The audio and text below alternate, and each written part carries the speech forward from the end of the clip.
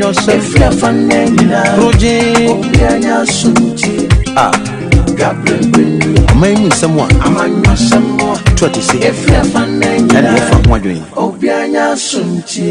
OTEC FM 102.9. OTEC FM 102.9. Don't touch that. Our city. So, if you are selling on the pavement, adjust yourself. If you are in the middle of any dual carriage road, especially within the central business district, please take steps, get out of the place, because from Wednesday we'll be coming out. We'll get on the streets. We're going to make sure that we clear Kumasi of all the filth that we see around, and then we'll begin to take steps that for this year I would have to work within the budget that was prepared in October of last year.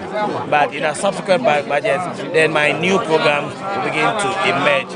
But I believe that with the overwhelming support that I've had from the assembly members, and I also listen to radio, the support that I enjoy from the populace within the Kumasi metropolis, I believe everybody is going to be behind me. We're going to put politics aside.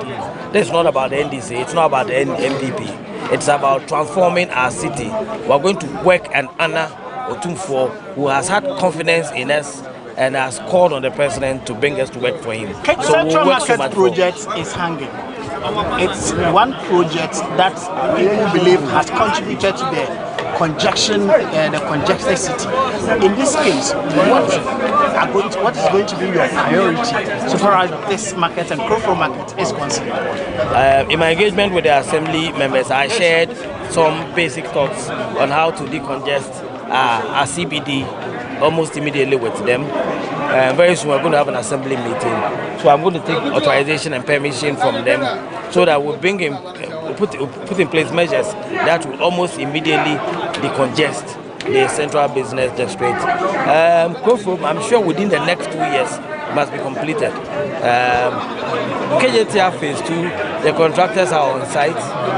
The energy that we expected to see is not what we are seeing. The regional minister has been working on it for some time. Osi sebe nema waka sama sebe wo hye ne nyina na nidi akiri de wo sese yakopon amoa wo na de wo ye bia no enye ye kama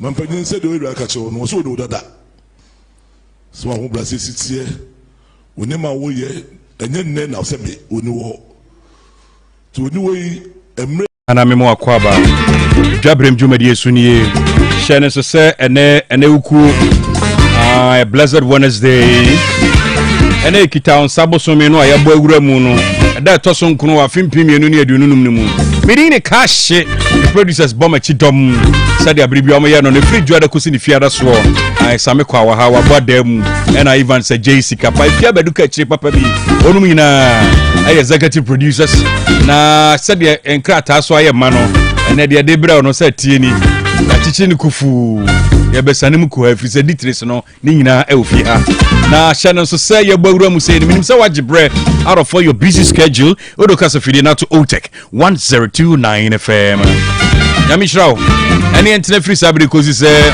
enyime no sia bebona no sia nso bo a ye de enyime no sia brem kase bono e ba besomo kase bono so asemu fo asemu krogen na nsam na free babia bi won anything your friend news no e north east west and south ya boaboa no krogen na ye de ebrewo Shannon so Dwabrem e wo www.otecfmghana.com so asemu fo na sansem no krogen wo ho e ho adanso betumi tie en live e wo tune in app no eso but Dwabrem e wo social media handles no so e Facebook and also YouTube e ho ye OTEC 1029 FM OTEC 1029 FM e Facebook Bomadia follow yen Bomadia follow yen na Dwabrem say no a de ekoso danduamu ha nyina no on sabeka na watumi atie bi na wahwe bi so kama fo agin kire no so hia yen ho na uwie nso a share ne like page no sada bia foforo benya kwanya no matumi ahwe bi ni ade but apart from that no so no ye kwa ma no ne nso a kasafidi ahodo kra dwumadi ni life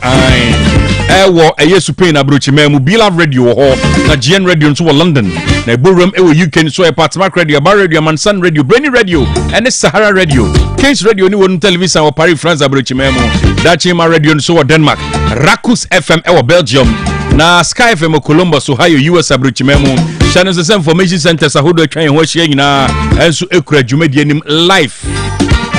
Yaba Dwabrem na se free sabre ko se nyumenu nsia bebo no oman mu sebo yabo ne bede ye de ba besomo na mo mansa na mam ko ba dwatonde hu dawurum ra me ba ye beso ma free ho me ba sisia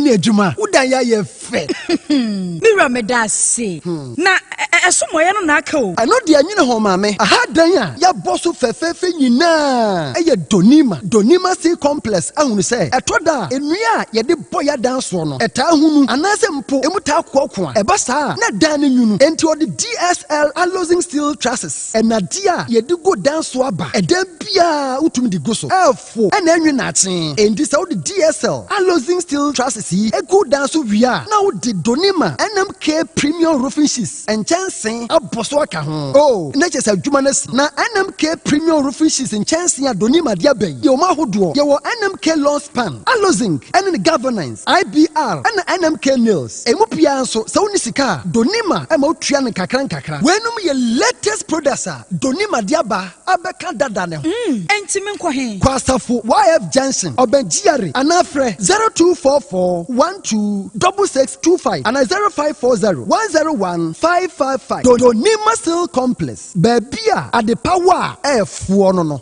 Apomodin mapade eno ane hepa plus mixture apomodin mapade eno ane hepa plus mixture Hunia, heavy and a black smokes mixture no malaria dronana. Ani say nam sa wo beje di say me wife nyina ye tested positive. Aye no bie no. Say a ku malaria mo no nyina. Am ye nyina ye negative. Ade ho. Won ma wo ye Hepa Plus mixture no. And wo di we nsu aba. Sentia. E wo say wo immune system e strong da bia. Enti pavi e support immune system no. Na plus mox no so e tu malaria no gu. Malaria symptoms. Et say etipaye, afiafie, wonu mu ato, ahomre no msa. Achekura 4 days na pavi and plasmox mixer one no to malaria na sekura anya sa dia ko hu doctor from 0542 778572 and 0542 807907 magie dure di pa pavi plasmox and Hepa Plus nyina apemfo abato mo manufo enu kwada woni mfiedu mienu nka our pharmacies na herba shop FDA age edwede nkrato yatum odofo utwitwi wosia eya moja fi wanu mo ba na unum nsu a enwuna wo se ekikime ana ahyemese eya na niam bi hyehyehye sentem mfifi ho se bi hyehyehye ho eya na enka efi wanum ba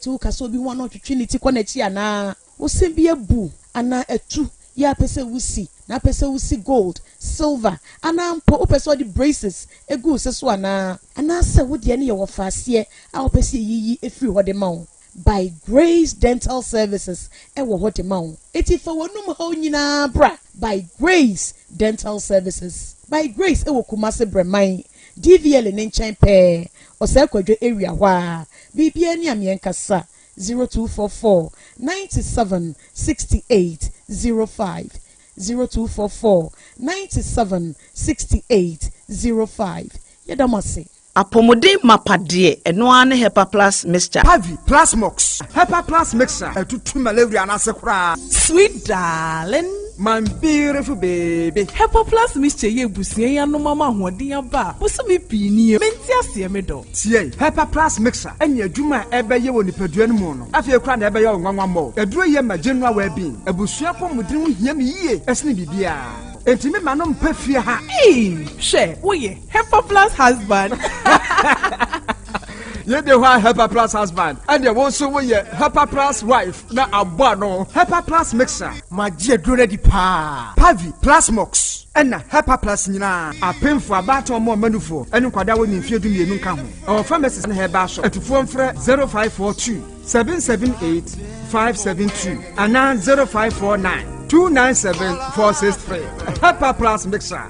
Mapobudra mapa. FDRG edwede nkrato ya.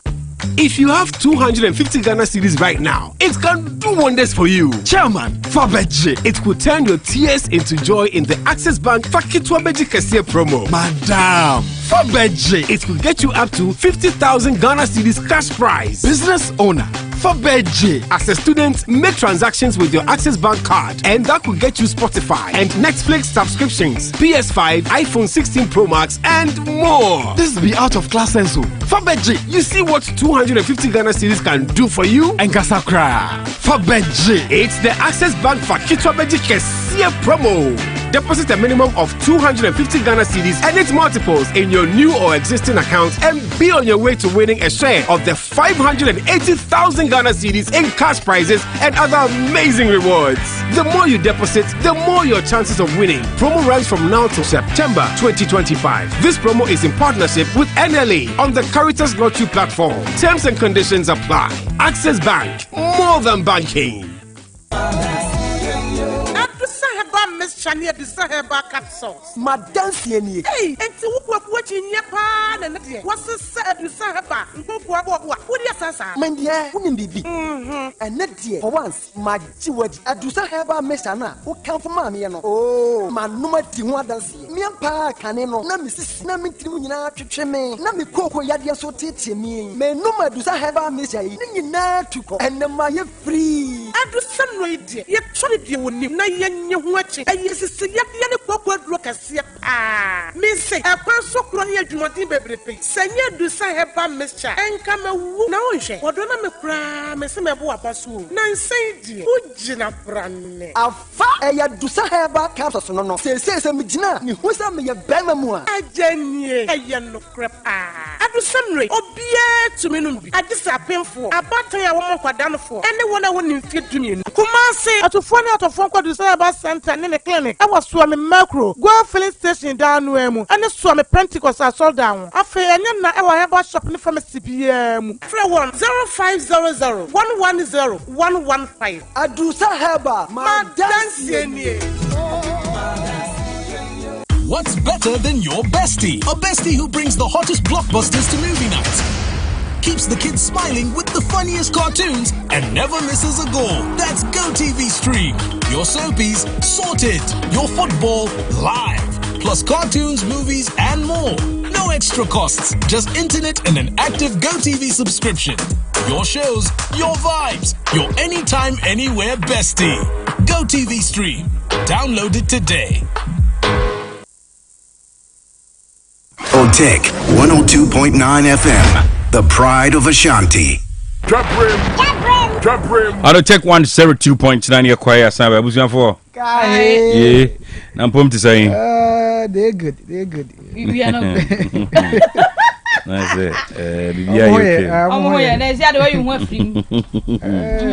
You are okay. Neutral. Hey, this year I was at the neutral grounds. Bema shas e bon neutral na se neutral bam de na se anoiding. But bibia nso be kama. Oh, nyame adoma. Bibia why adoma wie. Bibia boga beba. Yan contractor no so na me hu say fly court. Na nyasam ketwo. High court se bam. Enko futu omfo onu mfa. Say we the best say ayawa so ye. Emre bia ye no asa na fia de be ye ntia nhada anye hu sa. Enti we dey say any problem. But oye dan so a say o boycott cry der party for ni bi ba koto.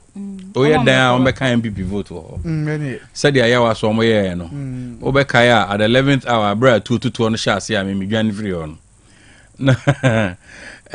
Anche na the then chairman of Ofosompofo AK photo the Pentecostal praise worship man.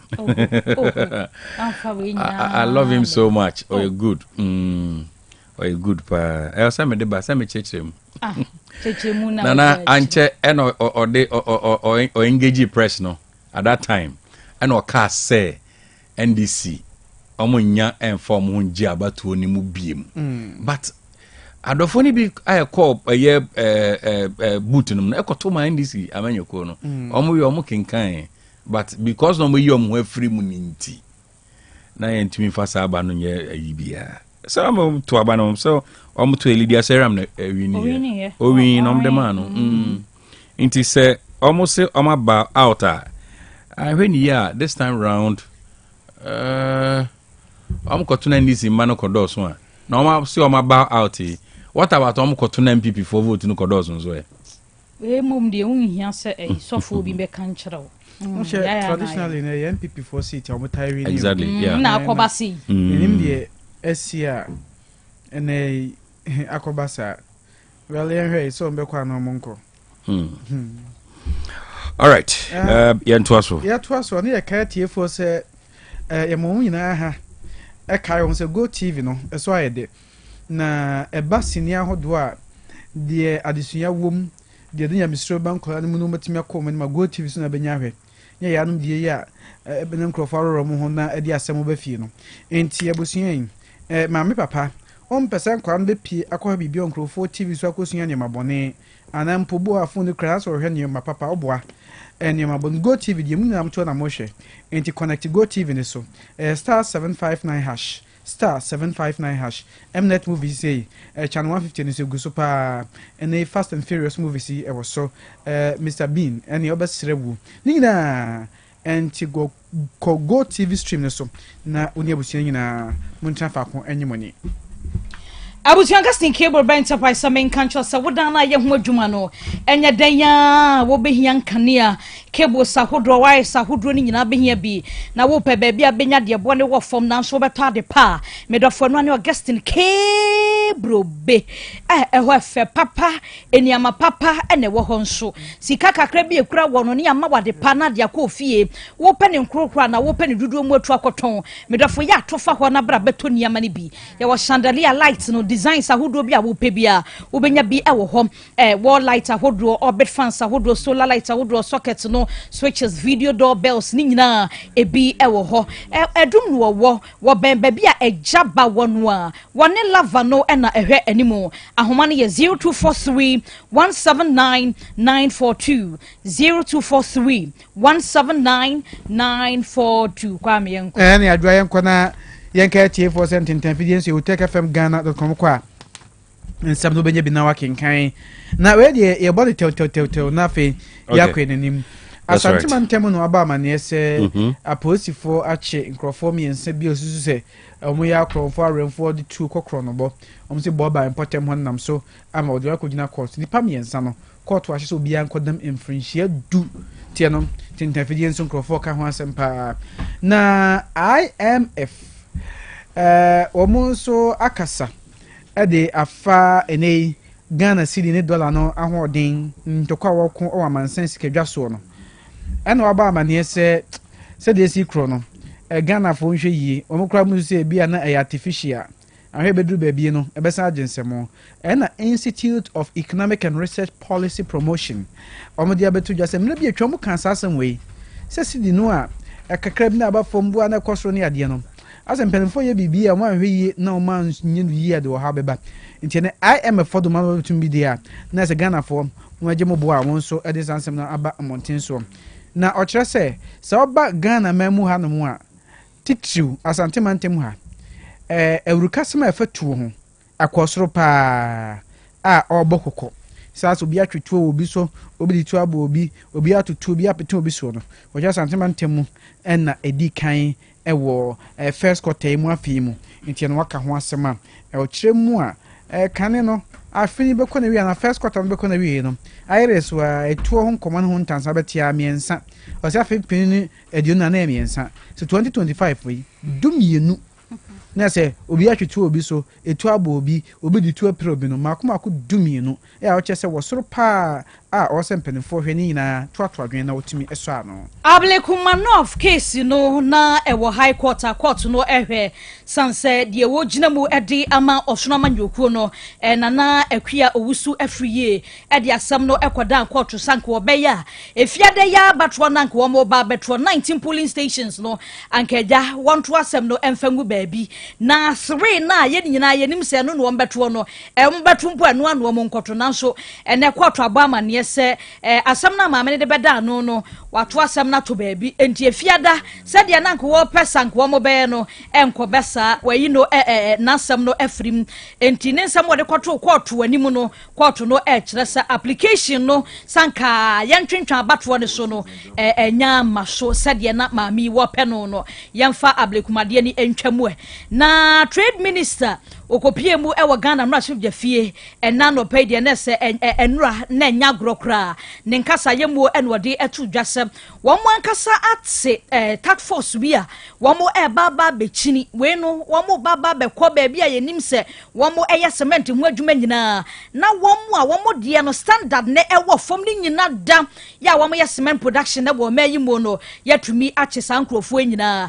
enti we wo mo kire se inspectors a ye be deploy wo mo akwa so akwa inspect sa substandard cement no wo mo ye enipa be ahamiensa ene ye de adwuma yi ehye wo mo nsa wo man no nyina wo mo kire se afana ba bia wo mbekọ ba bia nim se ye cement ho adwuma nyina se ne be ya wo be ye inspection na hwe hunu se aso de wo mo ye no standard ayaje atum anase enye enubia eno eye nsem bia enura minister edikotu dwa wo Ghana emra hye fie na ye John Dramani Mahama Ghana mampanyini wono so a direct MMDCs ahodo ni nyina sa moko no assembly no mama ni nko pa memma mo makwan ema wo bia nkosi dan a obewie na dwanan bia nim send ye be ya open defecation ahodo ni nyina ye be ma na ba fom enti assembly fo no so obi ba waseme kwa kosi dan me pepemetia mo make sure say adwuma na woni an wo kwakwan no toilet facility ewom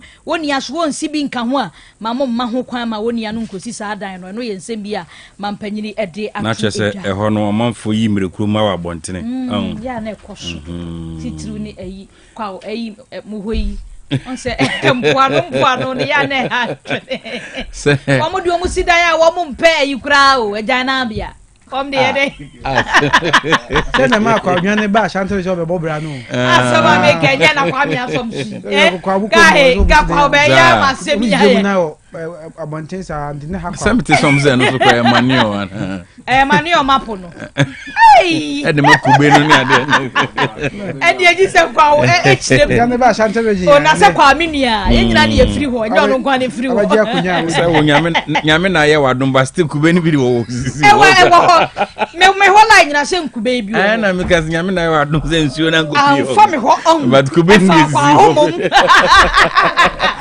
Nana that's what it was. Ba me fa birthday we ntwem na makosa ba ko edina Coastal constituency. Easy.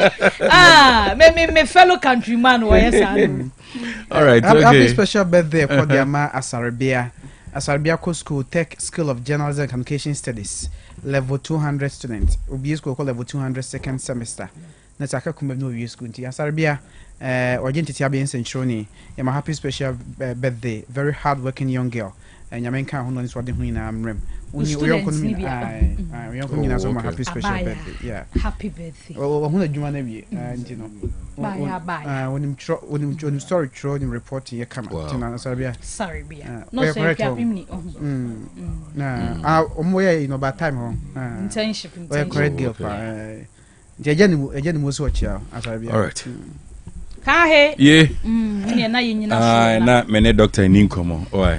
Na me hu sa Africa Coastal constituency na do ba. E ka he so kra de You are Coastal constituency. Me ya koyi. No be countryman. Asemu emi nu. Oti ase. Coastal constituency. Ase kwa beso obugu mi su bi se nso mi nu nyina ye kwen mu anu no. Asemu. Madam ase nyame hira mo papa no tech 102.9.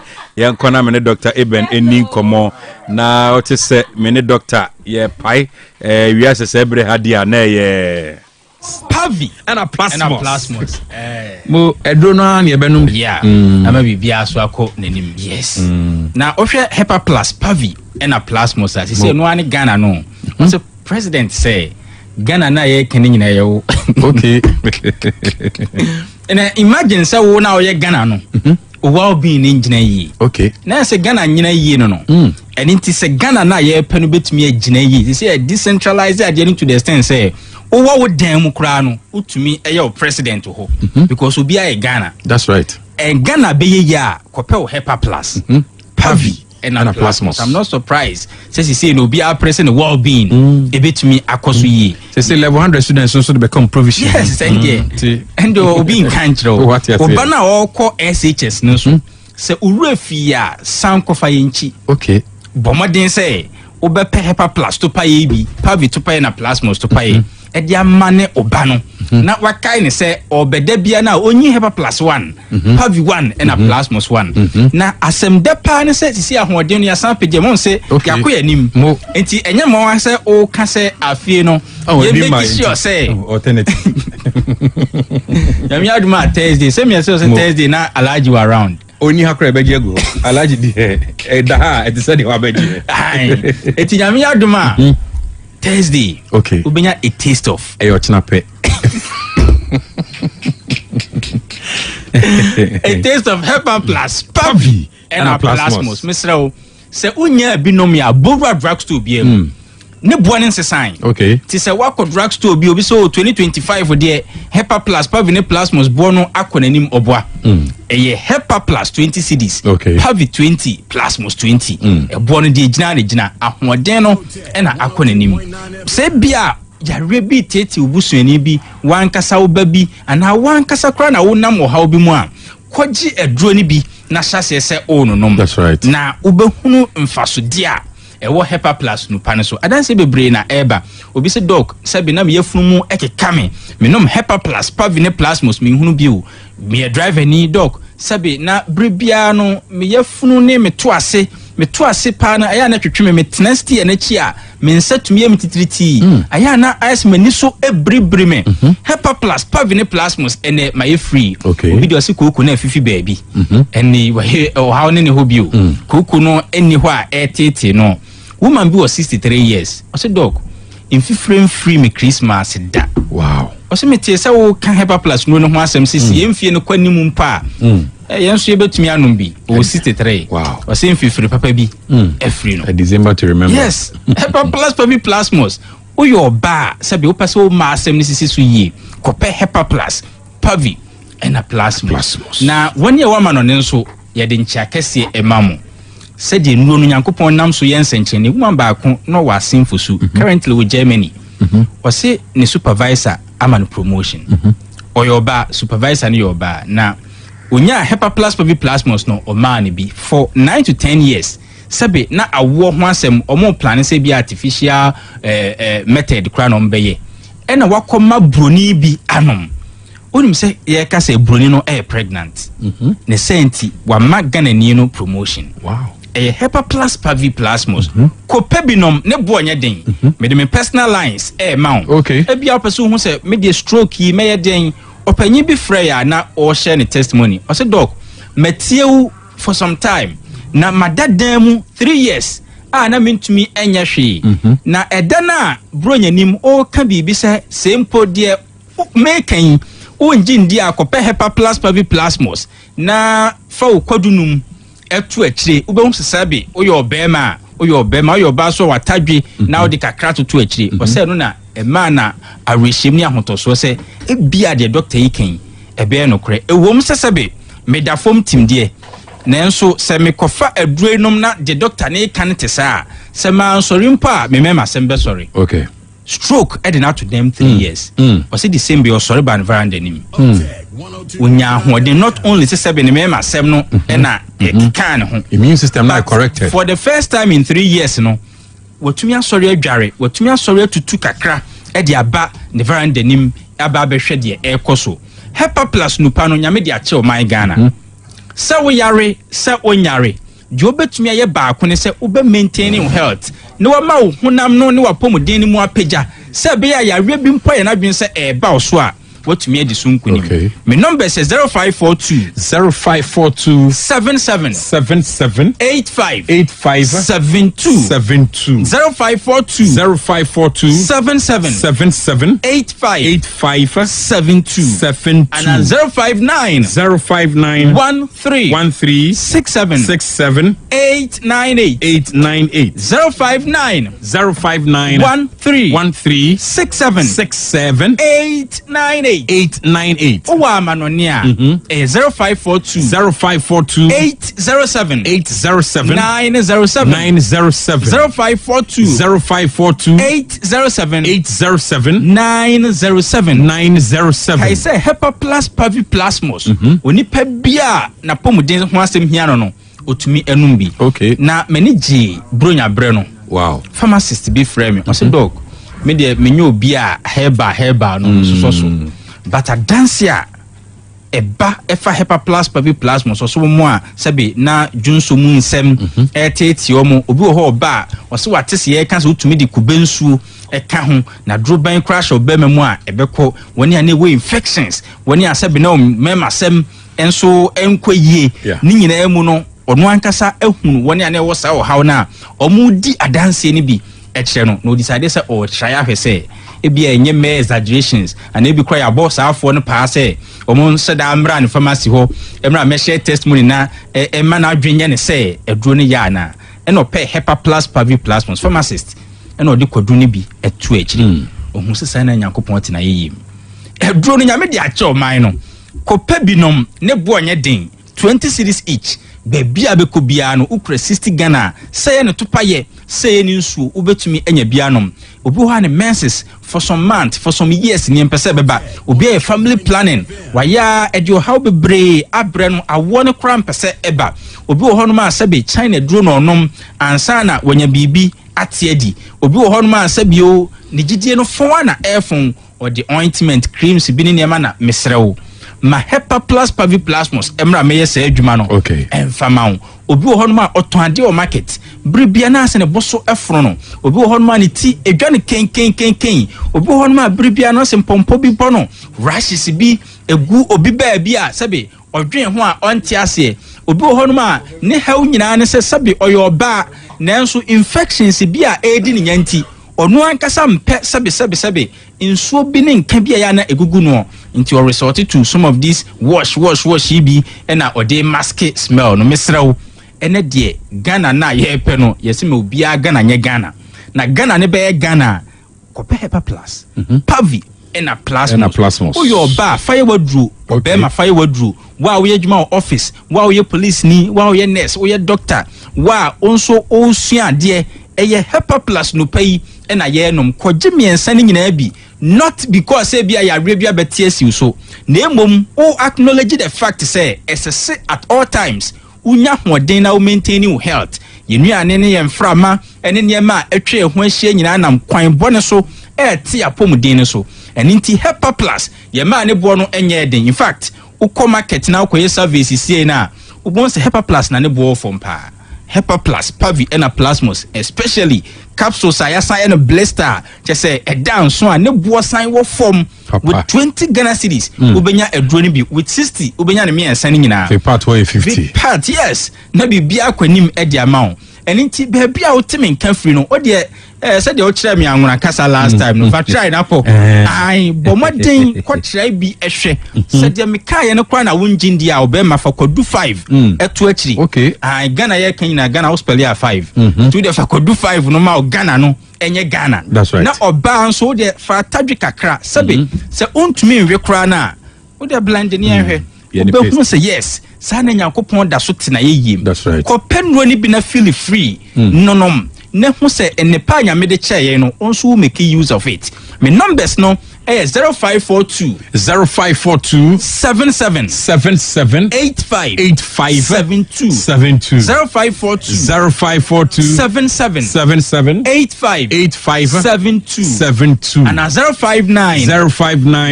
13 1367 898 059 1367 898 Owa manonia Mr. Yebetumi di enuo ni bi abrɛwo 0542 807 907 0542 807 907 Helper Plus Pavi and a plasmos. Se unya binom ye 2025 year enka achiri.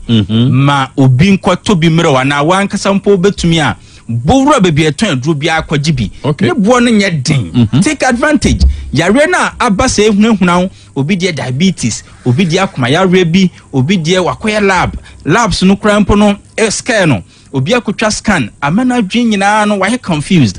Misrawo Helper Plus no pa no de ebema wo bi ni mom agina ye opanyin bi the voice note ba say dog na sa de tumi enema bi say na ya wo nhye da nka nko no mu a ase wo di niema ne na mo ei o say dog adwuma pa o a kire ne bibi kakra me na wo sesa na nyankopon haba ma no adwuma de boa en sere wo kwaje wo de na hyase se o no nom me personal lines a obetumi afrɛ me na ehun sembisa ehun kyeremu bia oba ne benom ne sei o papa bi benom ne sei wonua bi o hawa onamu no emoa bɛn na nro no betumi aboa no Helper Plus Pavi Plasmos me personal lines 0542 77 85 72 0542 77 85 72 and 059 13 67 898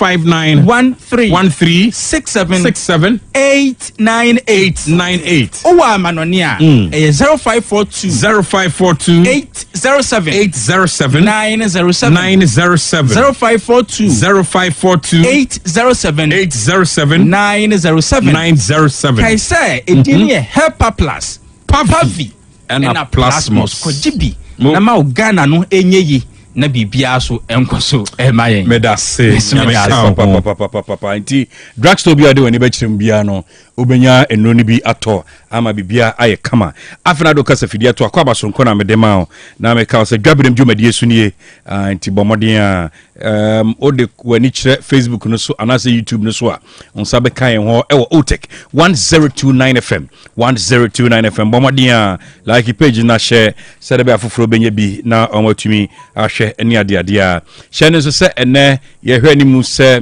NDC Hussein Ibrahim aka Pinocchio Ashanti Regional Minister spokesperson Obabe Kanya ho na NPP Raphael Oseu Suseraf odi wani church mangwa bi North ono secretary ewo ho na honorable Imba Zakaria chimangwa bi North DC ebe pass through nyame ya domo obe pass through ewo ha but yenko ye ahoma no so na mene Mark eko eni komoke mame hwe na mene Ebu Backman oye leading member for Movement for Change na mene no eni nkomo ni nyina nkomo no efa eye Movement for Change nkomo ya ofrimu a ode eba no efa 24-hour economy no being it a long term approach I was saying yede eso eye 24 hours economy no emu no eno na mene Ebu Backman ebedi nkomo hello Ebu Temega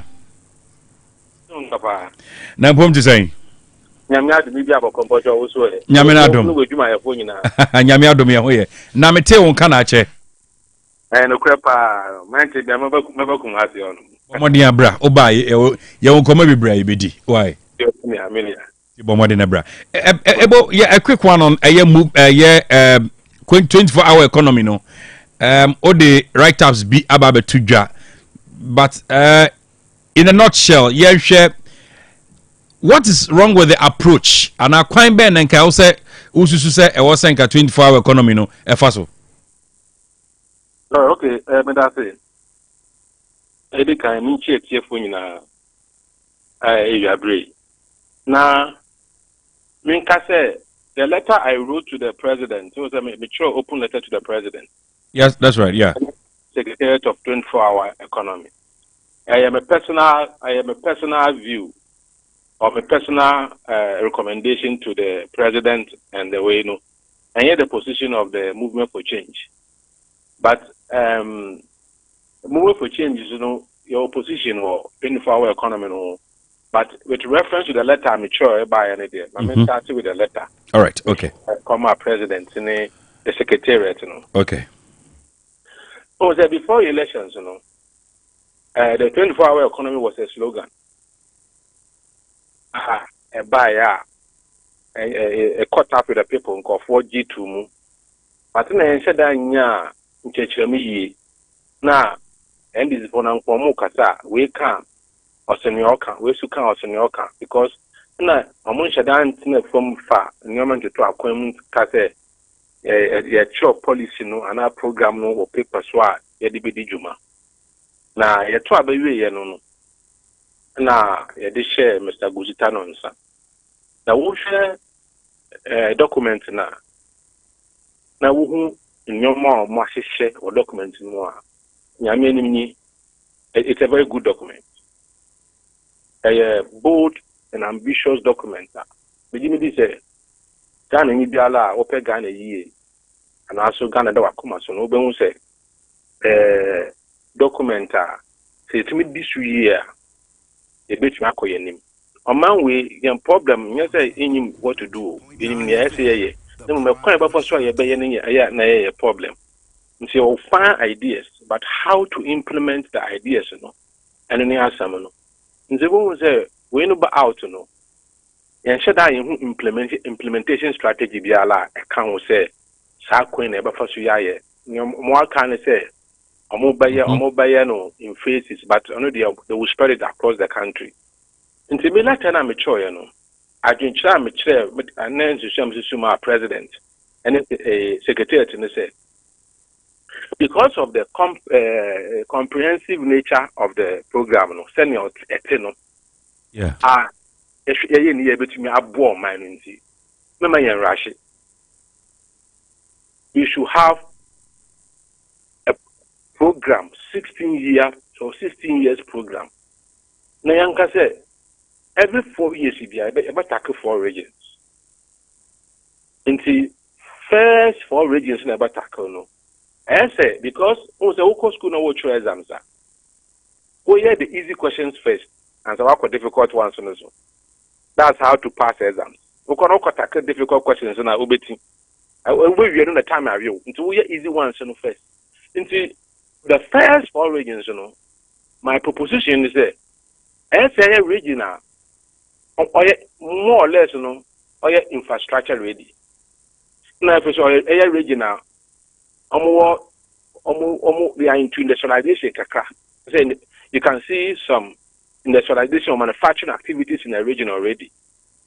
It won't take much to be able to do it in that 4 regions. Now, we just have 4 regions. Now we'll prepare for the next region in terms of infrastructure, acquiring electricity, security, so they just say, we will be 4 no. Now, we prepare grants for the next 4. After we will 4 now, first 4 now, some experience be any data be able to use it for the next 4. 4 per 4 years. Within 16 years, you cover Ghana, the BR with the 24-hour economy. I don't know able to me brought on mine, and yes, sir. Party they are promising to to me here within the term, no. NDC, but now I see it as a national program. And say national program, as I am Braton say, I been be our baby piano. Was say as a way to follow the program. And then say, 4x4 modular. I have 4 years since the first 4 regions, I say Ashanti region, Greater Accra region, Eastern region, and Western region. Look at this 4 because also now in terms of infrastructure, we know more common. Now, you will see some factories in Ashanti region, in Eastern region, in Greater Accra. And see, if you start with these 4 regions, they roll it out the program. a bit take time because I need the rush again, baby. 4 years, you'll be able to do all that you have to do. And it may have Buama, Manu, so we don't have to rush it and we put it into changing. It has to be done within 4 years, and I think within 8 years. About the side, about hybrid. Who said 3 years? It was LPP policy, but it's an about national policy. Yeah. And it's from our trasso. Sana way so a pure boise. Nice a year. The whole Ghana be young for so. Oh yeah. Power. Won't make us I want to also because I mean my Baba 4 regions. That's why. Oh, but that's where the next 4 regions. So yeah, none for baby so. I don't think that shows that I look at my penny. I mean, charge them a short letter. No, I did be a obisuma the Guzitano on the Saka copy. Now, response or them and the Pacono, and the Pacono de Bram, say a very thoughtful letter. I'm sure, I'm sure say they will take it into consideration. So, does it really mean, sir, from the Secretariat, led by Ayera Guzitano? Osha, so far so good. Right after a year launch, do you see, sir, more ideas? More de run policy, and at this time I say, more try be befa because idea back where had you say, Osha District Assembly Common Fund released from the local government through the Finance Ministry. No, ya share DC ni MMDCs ni na say, almost 20% of the District Assembly Common Fund. And Conco see 24-hour economy market. But the issue is, what is really wrong with our market? Is it really the best approach? And I want to also start it free. Oh, sir, into the matter there. Me last time I show some of my want to make culture say. Me, you say it would be wrong to say over culture or the district to say, I'm for music and conquer Sabian. Yes, how many districts now, or how many of them are also on years are there? But region by region, a beboa or mine, same thing to say. Ashanti region there, now Ashanti region, so we say, in your constituency beyond over to me, 25 economy in our home. But the 25 economy, you will grow 24, build 24, make 24, show 24. Into say, Ashanti region, you be a district to be a. Maybe I want to grow 24 in a year, I say agriculture. Maybe so I'll be make 24. What in American I say? So you're also on region by region. And then they wouldn't say initial money we endorse to sell person will tackling from national. So you'll be very efficient in terms of even resources I will be used to. And will be to near you so too much for 4 regions. The move we are, then we move to the next 4 so that you can prepare every year be our budgetary allocation from the government to the 24-hour economy, so that you can also depend on the private sector. But yan top one gradually. Let's say boom back one, and then a better problem now. But for example, some of the projects to say water lake on person transportation, and it cuts across. So that one you can do it while you are even doing other regions, because that one is like it cuts across from north with a seafoam.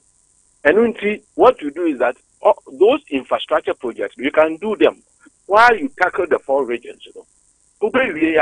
Regions have water when at home, like Eastern region, water region, or 2 region. It's region by region, I never bought. But you can say, yeah, boom, back,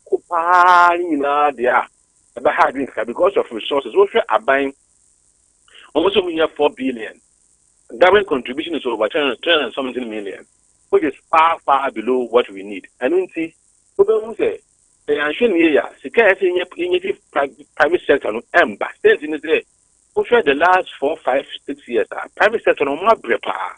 The way economy no besano. And private sector no suffer a lot. It won't be easy to get money from the private sector locally like that. Maybe you may get some international interventions. Say, I mean, visa Accra to say, commercial road say, and yes, I've been not in the situation. As in a private way, Momo by any Milano Mutulu, and Omujiji or Musicano Moko, no Mujamahe. or a BOT approach. And these are some of the things that FAA, but they are region by region now. Maybe this is a watching in our bomb back within 4 years, and because of elections in the no, let them show me say, Aban should not do it because opposition is talking about it. Aban should do it because of the people's expectation that the young men in the say you make project a successful, but in a year, let's say boom back one, you may end up doing nothing at all. All right, but Matthias here, but President, aside the letter na otroye no, man who wom dear, but ebia minim say figuratively be now can want some dear, but you heard the involvement of the 1D1F program, and through the trade minister were confirming to Parliament say now 1D1F is almost cancelled. Alongside ye soon say ye per se 24-hour economy. Yes, ye who say involvement of the 1D1F within the 24-hour economy no ebe boost to your local production ama who knows ebia na ye export and so etumi a boosty. But this is the situation whereby 1D1F program I say aye BBB. Yes, Maminka Assembly Secretary. Say what we did GTP. Alan Chamatin GTP so what we did here pa. That's a what we did the 24-hour economy. Oben say there are a lot of things for 24-hour economy aye if GTP no mu. Obakaya Alan Chamatin is Alan Chamatin ye to abewie no or the document for Kushia Mr. Mahama. Now the document no man no say onje na ne obetumi yi wo mu no onyi fam bo a ma Ghana nkonani.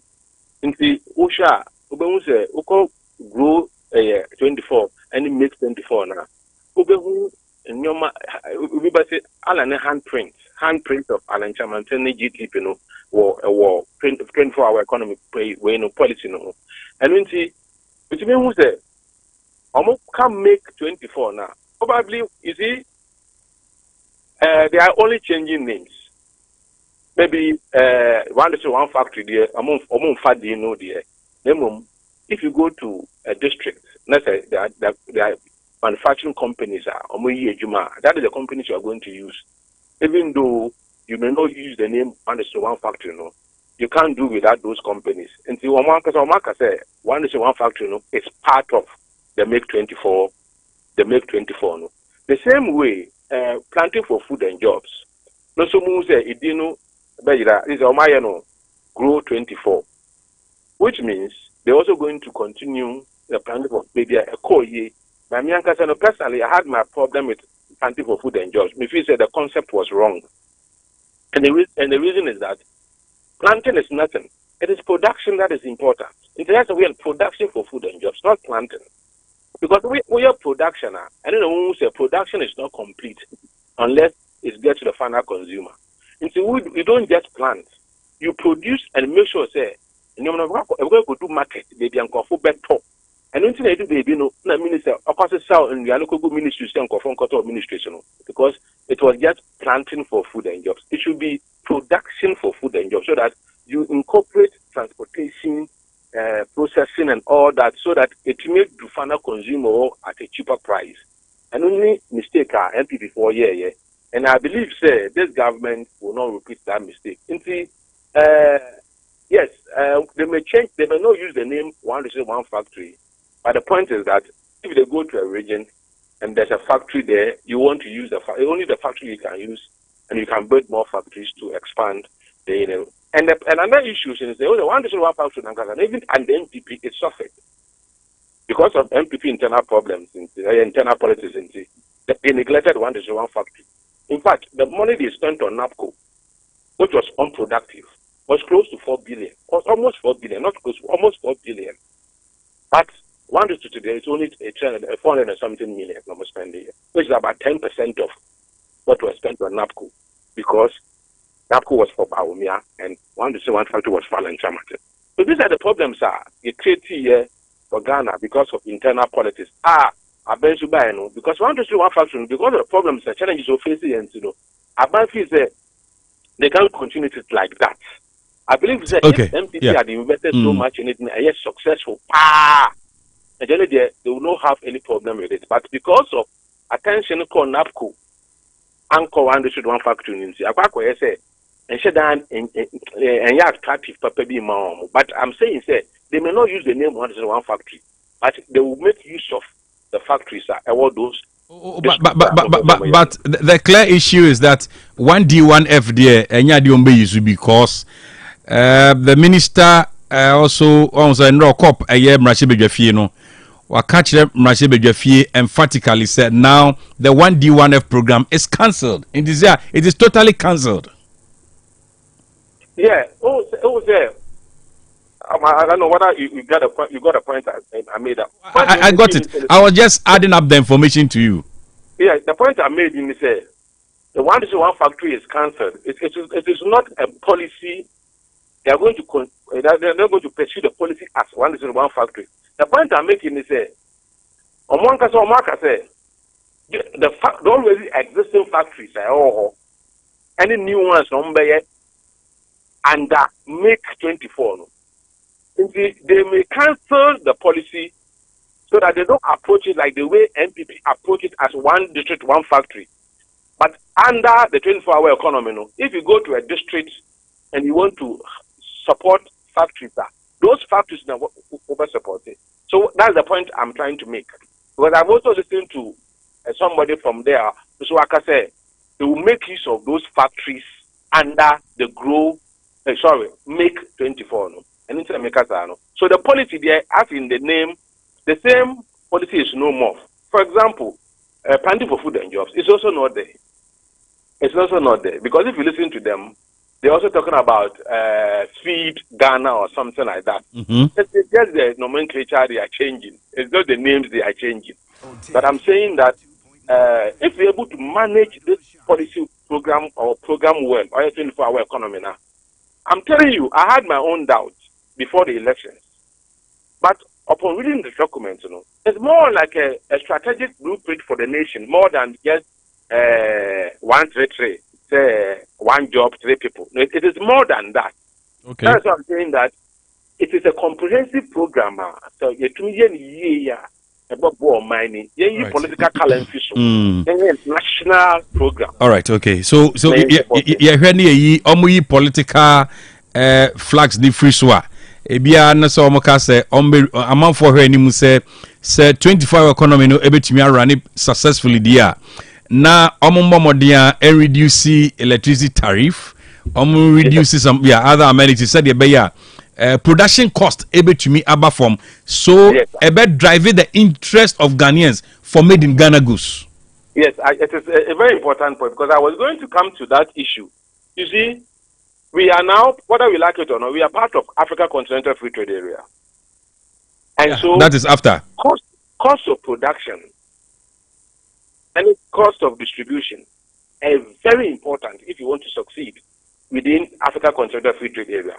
Because you are competing with countries that are interest rate here 5%, 3%, 6%. I'm looking at here about 30%. So it means if we want to be very competitive, it is not only electricity that we have to bring down. Our interest rate must come down. Into another issue when you say, and it is in the 1 factor, 24-hour economy since there. Now they would want to bring down, they create special vehicles to bring lending rate to 12% for producers, which means it is going to come down significantly, even though it is still not competitive relative to other countries. It is better. As you said, if you bring electricity costs down, specifically to those under 24-hour economy production, whether agriculture production or manufacturing production, if you reduce the rate of electricity for them, the way they are going to reduce the rate of interest or lending costs. Now the city is performing well. If you're able to still control it well, and also inflation coming down, if you're able to sustain that, I believe to large extent, producers, manufacturers, are competitive so that they can compete in the Africa Continental Free Trade Area and also go beyond and export to other countries. Able to more foreign exchange. Now, we see to reduce import. Nama economy. There's a lot the government would have to do. It is not an easy thing. Say, 24-hour, 1 job, shift. It is more than that, and it will require a lot of things. I say, until I say, yeah, piecemeal approach. 4 regions, 4 years. You bet to me, I'm managing it properly and get experience and data. You bet to me, I replicate it the same for the next 4 regions. Now I prepare each region ahead of time. Now it to me implement this, roll out this project across the country. Because at the center of it, yes, we have Show 24, which is entertainment and tourism and all that. At the center of it is production, agriculture production, and manufacturing production. That is the only way we can sustain this economy. All right, okay. Ebo back Mohammed say and me waje bre now near dinkomo. Why? Okay. Enjoy the rest of the day. All right, Midase. Ebo Bakman, the leading member of Movement for Change. And out to 17 common a far 24-hour economy no ehun. He said na make an emphatically enra Honorable Elizabeth Ofosu Ejare in the House of Parliament a House of Records. To me assure say whatever has been discussed in Parliament enra FA1D1F hono akonkrata mu. Nti assembly tintini titia no say he say 1D1F yetwam aban no atwam. I say on to me fanya adwuma but utie Bobakman come on yedina is the same picture into here baako no black and white and a baako so akwa colored and a baako colored and I say no ebi na tone anasa and you trying different colors near the it's a transgression of 1D1F to 24-hour economy. But the issue is your approach because 24-hour economy is a long term. It is say be ya you bet me ashase na ama obi aho aton no utie Bobakman kasa no a wokyera we ebrusa 8 or 3 shift a day no a ye ka ho asem say we be ye adwuma don hwere wotwe na we don hwere wotwe na we so okyera ebrusa akra na mum akakon ebefa so a bibia nso ebe ye kama na ayi yenko aman so na me ne eye mark ewusi akon eni nkomo governor election watch Ghana na meneno eni enkom bebre Marco Temeka memwajo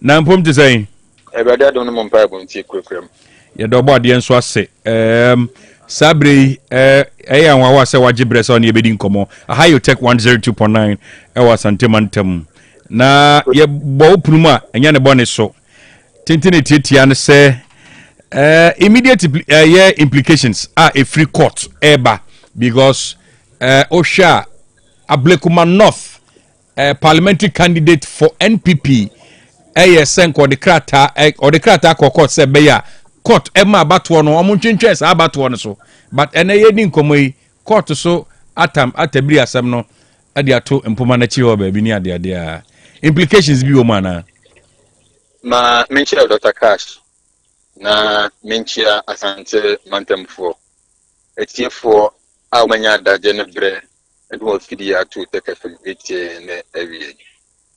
Saying na back 2024 general elections and Ablekuma North coalition a day and send the baby by my electoral commission a twin coalition so na yes na ya quality result no said the bear result the band didn't meet the will and the expectations of the people of Ablekuma North.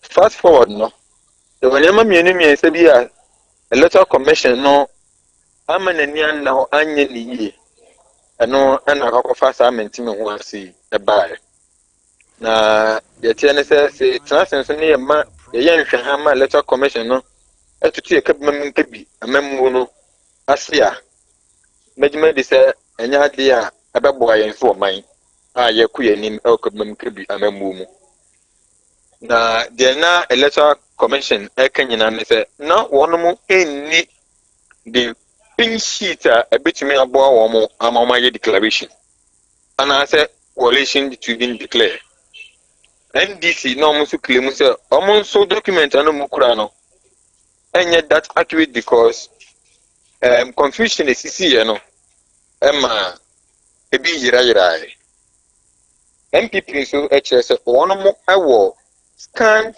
copies Inti electoral commission enyina so no fanya declaration sebe maintain baby ada say party baako ebetumi de scanned copies aba say electoral commission enyina so na fanya declaration but media mede information ni nyina beka kobo electoral commission madam Jane Mensa na pamfo akachi esan say emra da ho ye de ye elections no ene say ye to abani wie na yes kan on the pin sheet no electoral commission provide gadgets emma ne returning officer say copies of the pin sheet now send emma wonum medimedi so say in every of the pin sheets that particular picture and as information and electoral commission boss say yin champions no I believe say answer no confusion ni besi no now some electoral officers na wo no etwa samfoni no now one must send the electoral commission penny for just so that and kabra confusion is see no the electoral commission already would have had that particular data in their system and no can combine sir emra ba kun so wo ha na nyina hwe se nka electoral commission be ma ye dia adwuma ene se amamre mu no anka ye to ba ni bia I was say electoral commission ehwe and electoral commission adwuma afo no hwe se you be paste the results of the particular polling station on the wall. Say the bay obi a wonam ne ba bia ono so ye a citizen and now say oye a member of the constituency and now so to aba e was am potemu ho no okko polling station obi hu say the result no afamba. Unfortunately these things didn't happen and it is very difficult to agree say yen use NPP scanned copies in your declaration. It doesn't happen. And so every MPP yes on the court and I foresaw the outcome of the court to say Amambremono electoral commission and I'm running a money to me say unorganized non-conducted elections and no other institutional body has that power or mandate to do that apart from the Independent Electoral Commission. Or no anamamrama no kwan say organize elections am I. Enti bra yakwa akoto aba. Na menti me ho ase aba no. Electoral Commission ni prerogative right. Say obetumi ahyehye bre am yakoto aba no foforo. Say de be ya menti me ho ase page na mu ablekuma not no. Yebenya sa asem na no pemasibre. Ana say benya ho eya no. Unfortunately, the MPP went to court, and the outcome they say, court no, abos asem no egu. On the point to say, the electoral commission is mandated by law to organize elections for us. I think we must applaud the judge for insisting say the independence of the electoral commission must be protected. See, anyane sa, echinebino. No confusion be see sorry what the back court. Then we ask ourselves, where then lies the independence of the electoral commission? ABM MPP Eka say all the coalitions I cut 3 polling stations. NDC say I cut 37 polling stations. Asembusa say electoral commission G2 mu say yan konko collate 3 polling stations as requested by the MPP. And MPP the back court na. This is pure hypocrisy. And I don't believe and think say we can continue to move forward with this kind of attitude. Say you can't say edibu ayan eno de na ye bo ma baso but an kwam ma yan na ye bo machi. It will not help us. It is pure hypocrisy. It is for me I think that we are still building on our democracy but baby I do know. Meme feel say I see it me koye ni more crachen baby your way. Issues of this nature shouldn't be dragging us back as far as our democratic gains is concerned. You who be a war Sir Sancho Kofi Akpafu Lulubi. For a complete 4 years, the people of SAR did not get a representation in parliament. It is very bad. One, for our democracy, and number two, for our development as a country. And you know, your best say, for purposes of participatory democracy, the MPP should rescind on their decision. Na omumra ni nyina konkoto abano, so that we can allow the people of Ablekuma to exercise their franchise, and also the results of Ebano should or must reflect the will of the people of Ablekuma. All right, okay. Yeah, see, mame found question kakra. I see, sir, maybe a problem ni free, say, oh, sir, court, share, easy, say, on kaya bano, na undeclare results, no. A honum ne kwafa, say, omu, easy, si, unya, a police protection. Police in Begade, homomu. And ho, and MPP for ni bisa say, na de intina court, ashe, say, ko kaya bano ne declare, no. Not till now, declaration, no, entumi ambaso, nti entumi ambaso, no. Couldn't it have been wise to say electoral commission call back to the high court to tell them say coalition and Amazo? The court asked the electoral commission to go back to do its work. That is number one. An underlying principle. No koi wejuma say kohena declaration. A deben electoral commission agent so a declaration. Ojina pin sheets and data and I say information is was no their declaration. After the time we were talking about that, no, na electoral commission any pin sheet, no, na MPP any pin sheet, no, NDC any pin sheet, no, and how do or can the electoral commission rely on a scanned sheets of one side of the political divide? So courts they will say, go and do your declaration, but upon what basis is the electoral commission going to do the declaration? I just an insaka results. I just an insaka the pink sheets no so woni. But that's what I say. So right. The thing is that although courts there are some procedures and processes they need to go through and sign on my declaration, which includes the availability of a pink sheet that contains the data or the results. And so without that, I think it will be very difficult for the electoral commission to declare. And I believe say no and am I baby true. All right, say almost say I'm boycott election according to the New Patriotic Party. But say Koma didn't say the emission may gather work say as we talk now ballot papers no kromo ya print here. Now say ballot papers on me print here, it means both parties and Sakokrata so. If only I'm right. So it is a continuation of what happened in the past. This time, Electoral Commission MBA will open nomination. Electoral Commission didn't open any nomination. A previous nomination Electoral Commission they opened, and one year to also their year. And so when we go into that, how many political parties were represented? The NPP and then the NDC. If there are any other political parties, you better result and I say about to do a omumie enyae. And nothing I may say electoral MPP and NDC for one and a and concord to Abba. And I say MPP and NDC candidates and a concord contest. You understand? So I'm still emphasizing on the point to say, although the courts have asked them to go back, we are to go back to continue the process and not to open a new your friend is saying nomination.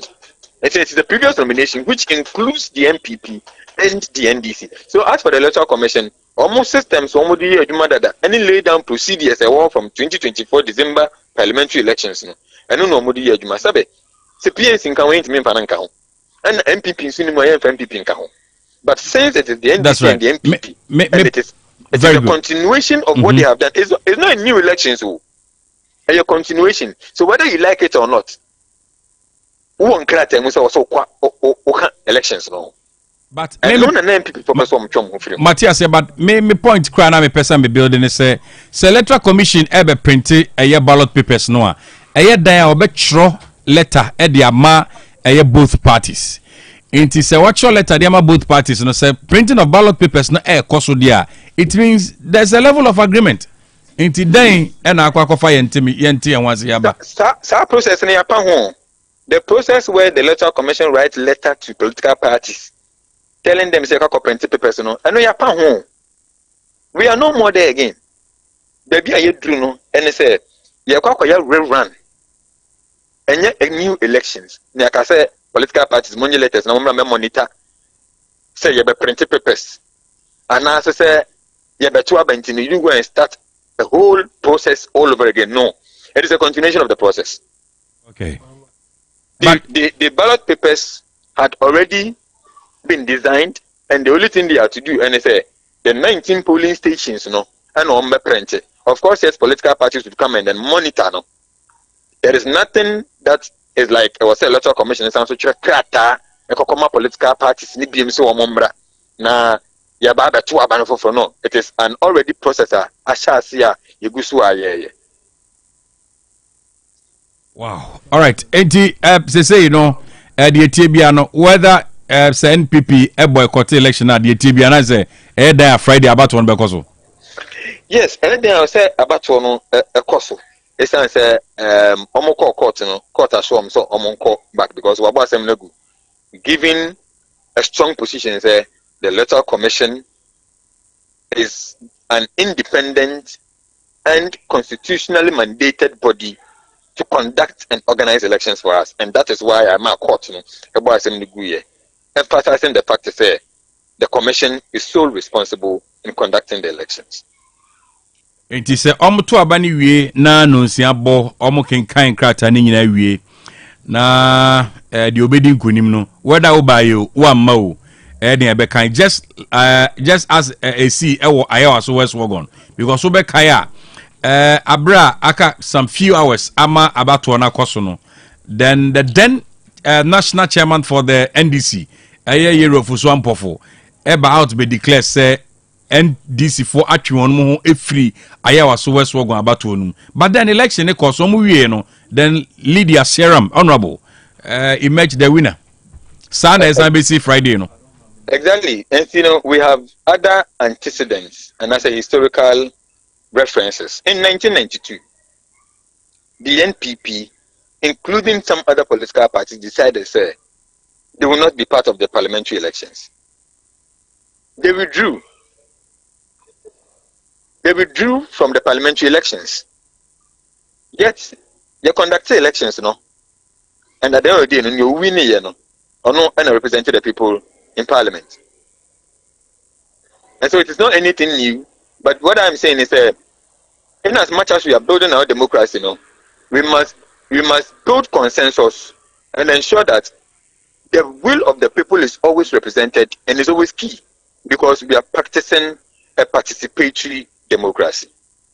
And in this instance, say MPP man feel say the edry seat in who though almost say jina e masa abato we na ye kinkaina NPP na winning zo e and I say ni jesam ye betu pada adia na echiri kokwa idi nima no fa ho nia no fa ho yi ne nya sem kunu bia ba ekunu bia ba ko ade omo beje but baby aye duru ni baby aye jina no I see it very difficult for the MPP to win the Ablekuma North elections. Why? Based on records and said the Antokwane Akakodru baby Akakodru. You see the MPP is only question for 3. They strongly believe that it is the 3 polling stations that will secure them victory. And NDC so preset 37 will secure victory. One interesting thing is that the electoral commission didn't go for either the MPP or the NDC's position, but also Yanko for 19. So I believe they should rather put in more energies. That was our 19 polling stations, you know. Constituents and as electors now or normal engage. Whoever they think deserves to represent them in parliament, I think they can go ahead. All right, okay. That is this time around. No, voter confidence. No, I affected Kakra. Yes, I affected. I affected because if you look at the current situation I see, of course we cannot conclude say the voter confidence is affected, and that would also affect voter apathy. unlike DC was sad, but when for all you know, no, the people will be eager, the people will be ready.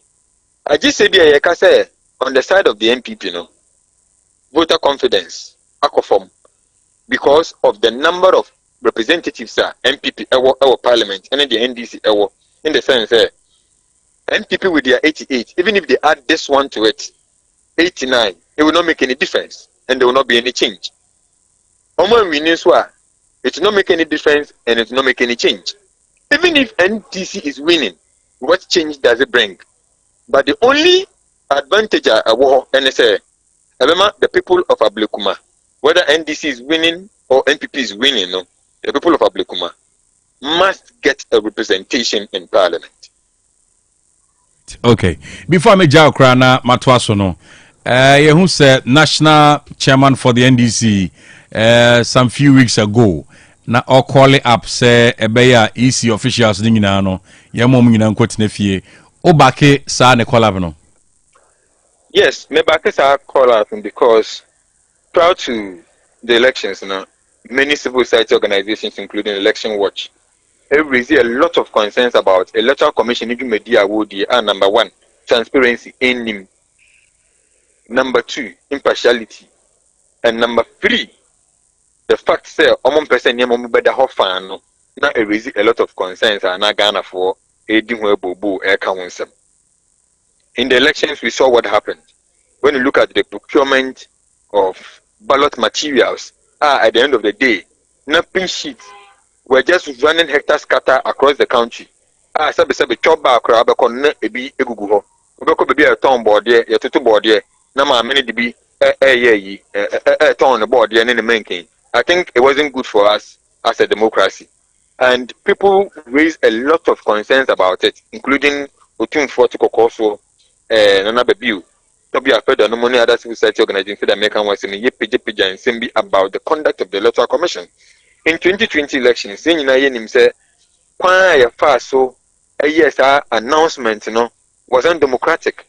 How can we on 7 or 6 continuous times continue to change figures for a declaration of the presidential elections? I think there's any more be meeting international standards and democratic standards.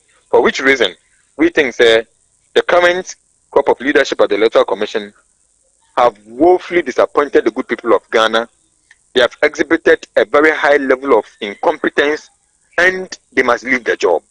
Just so that we can have an opportunity able to reform the Electoral Commission to meet international, to meet democratic, and to meet constitutional standards. All right, Mark Ewusi Akon, medasi senyumre wajibre na yedin komo. All right, enjoy the rest of the day. Bye bye. Mark Ewusi Akon, your governor, Election Watch Ghana, and I'll tell you something yedin komo no. It do such elections say no. Though Obeka say be other party be any interested. But be other parties any interested no. When him round so honum mo na pinche no war. I remember way back 2018 na NPA or war yawaso was war gone.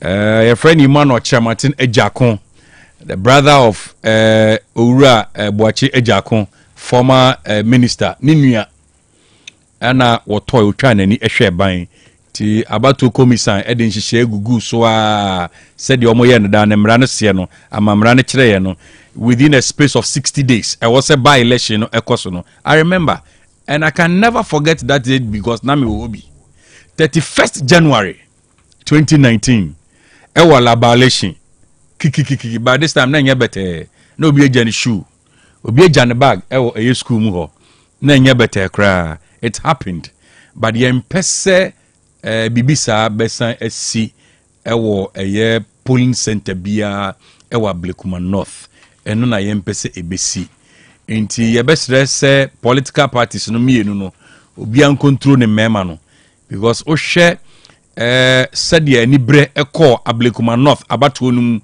ewo eye school no ho na kwashima school mu ho no a na nya bete collection center ho na na form Nina Mranti Kruya, but Mekai say within this week, and this penny ba kwaka say choboy, and yeah, no, and I did win ba.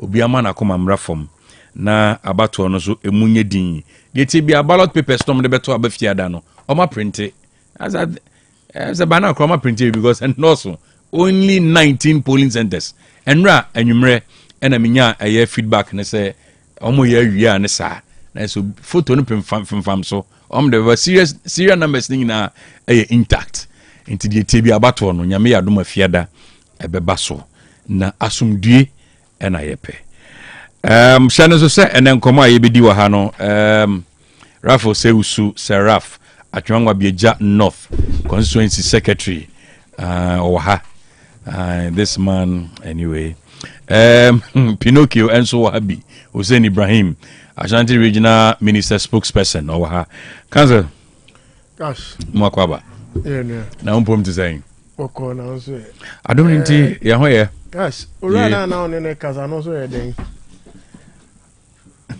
so ye den or your convener Election Watch Ghana and or say based on near my is in the year the EC was biased so Mamema Papa Yakwa fit Mamema Papa Yakwa no cry he's not even fit Enti me you Mike Nefim ya bedi hu komo ba Mamema Papa Yakwa ban wianza why enti eden obekasa na akwa basisia na akwa ba yakoma na wablekuma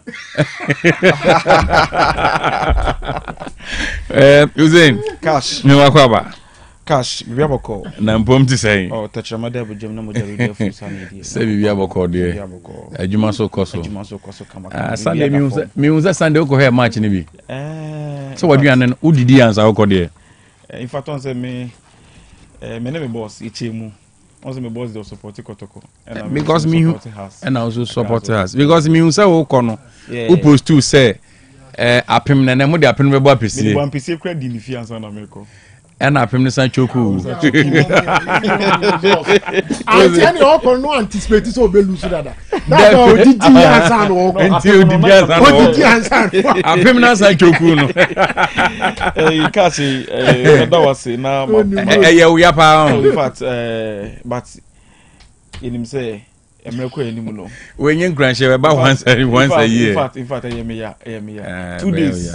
Let me intimidate you and I'm a pay. Gosh. If you say me lose elections, many are Jimmy. First one, you lose your share house with Kumasi. It's our last minute good. And so I've done it to me 3 after the elections. It to me 3. And at the next opportunity, I mean, just 3 years. And that's why Sunday. And yes, I get lose election. So me 3 pound, me home buy me say, my 3.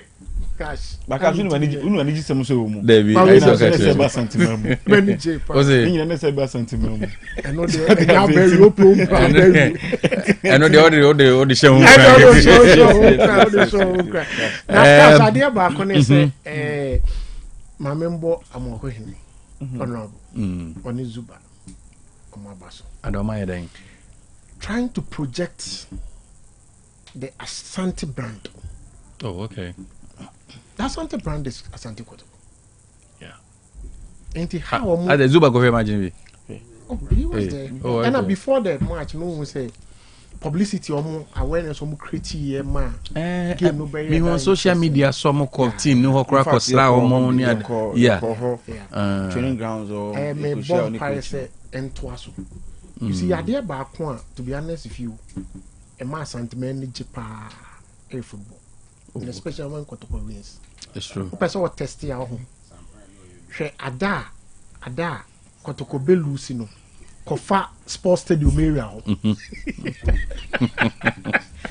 Ada Kotoko be lose match no.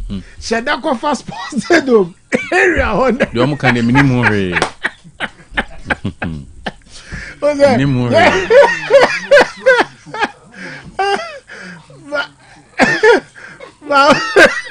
So go to go win here. Now first environment one to say yes. Okay. Heaven on net. Oh yeah. Let's encourage them now. Until now follow them. They should do more. Also, I'm passionate about football, especially my Kotoko. And then Chelsea. All right. Okay. Martin. Usain. Cash.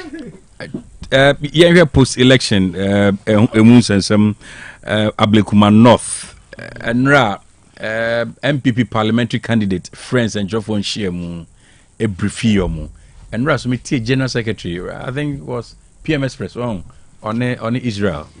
Na it was okay. Yeah, in fact but I said member ho Timmy ba now the intro and a cashman address anyway. There be a topic no until drew a topic short go my mom open cash with us na kunya dia mama cash we dey ye be chia asanteman nyina na euro tikoko so assassinate no na nyankwada cash me for regional minister so na Dr. Frank Amwako in fact we share enra eninde busy day man pa. Oh okay. In fact no office tena no nurse bebre grounds one mostly or office ebetena kakra no akọ grounds ne bebre nti no energy minister ebedu asantiment mu hanim say mamako ahoma so o share 161 kV transmission line amoko kate so person ye na ebo asantiman na enyinam kania na in fact high kakra no etimi solve ni nyina prekum. And then so him sports minister Babedu Asantiment Mohanim say ama ene na Mr. Rafoka say Mr. Asantiment ade Asantiment ni ji ho pa ye ballbo agudie na ohwe ballbo no so mo bono park so in fact Kumasi Baba Sports Stadium ayewo sports minister aba be to ho nyina enema facilities na access ni nyina no Baba Sports Stadium. Your original minister lead ama neme no kase omo ba be yeho CC ho kama omo free ho no mo ko nyina hinu so nyina hinu dia so same and omo person omo ye na ebo asanteman so ofri no ba menhia nti CC na afina regional minister saka kodru office o sabe to no djuma so nti ono de otena office kakra na wapi akọ grounds kakra nti ebo na ba so ye da na sin so ene djuma di sonko a o ye de boa asanteman kashi Kasa some de man kan be ha me pa o e wo se me kan ahye me boa che be na wotwe mienu nie afutuo kakra e na me pese me de ma NDC ya appointees no e wo se me kan kashi on say ye bo apro no party form penifo no bebre na frefre grassroots no e ma grassroots na ka omuti bomu e be boa ye campaign cash de na ya wo mu ne say sa time no say grassroots no twefon efre nipa no so oye party penyin nko ade obefa because ohiana money na ko campaign oya ba kun so wo mu so ye say omo ko campaign na grassroots no te pick up achi ena penyin no eti V8 mu a condition fully nyanya cash ensu oto na ebo mu futuo na ekọ mu hwini mu ebi mu yare ekọ hospitals Oma bra ye campaign ama party na ba power. Ye ba power nyame ya dom. Wonya position akosoro ho. Wonya position akosoro. Wo de se ofre okra na senye obi okra na ka so ofre onye sikasem o. Test no obi ho no ma o how bi na wo komu. Na grassroots bako. Wo se wonya accident. Accident a wonya ye. Ofre obi amfa. Penyina no odi nanim a ono ni mienu ye campaign ofre no kura onfa.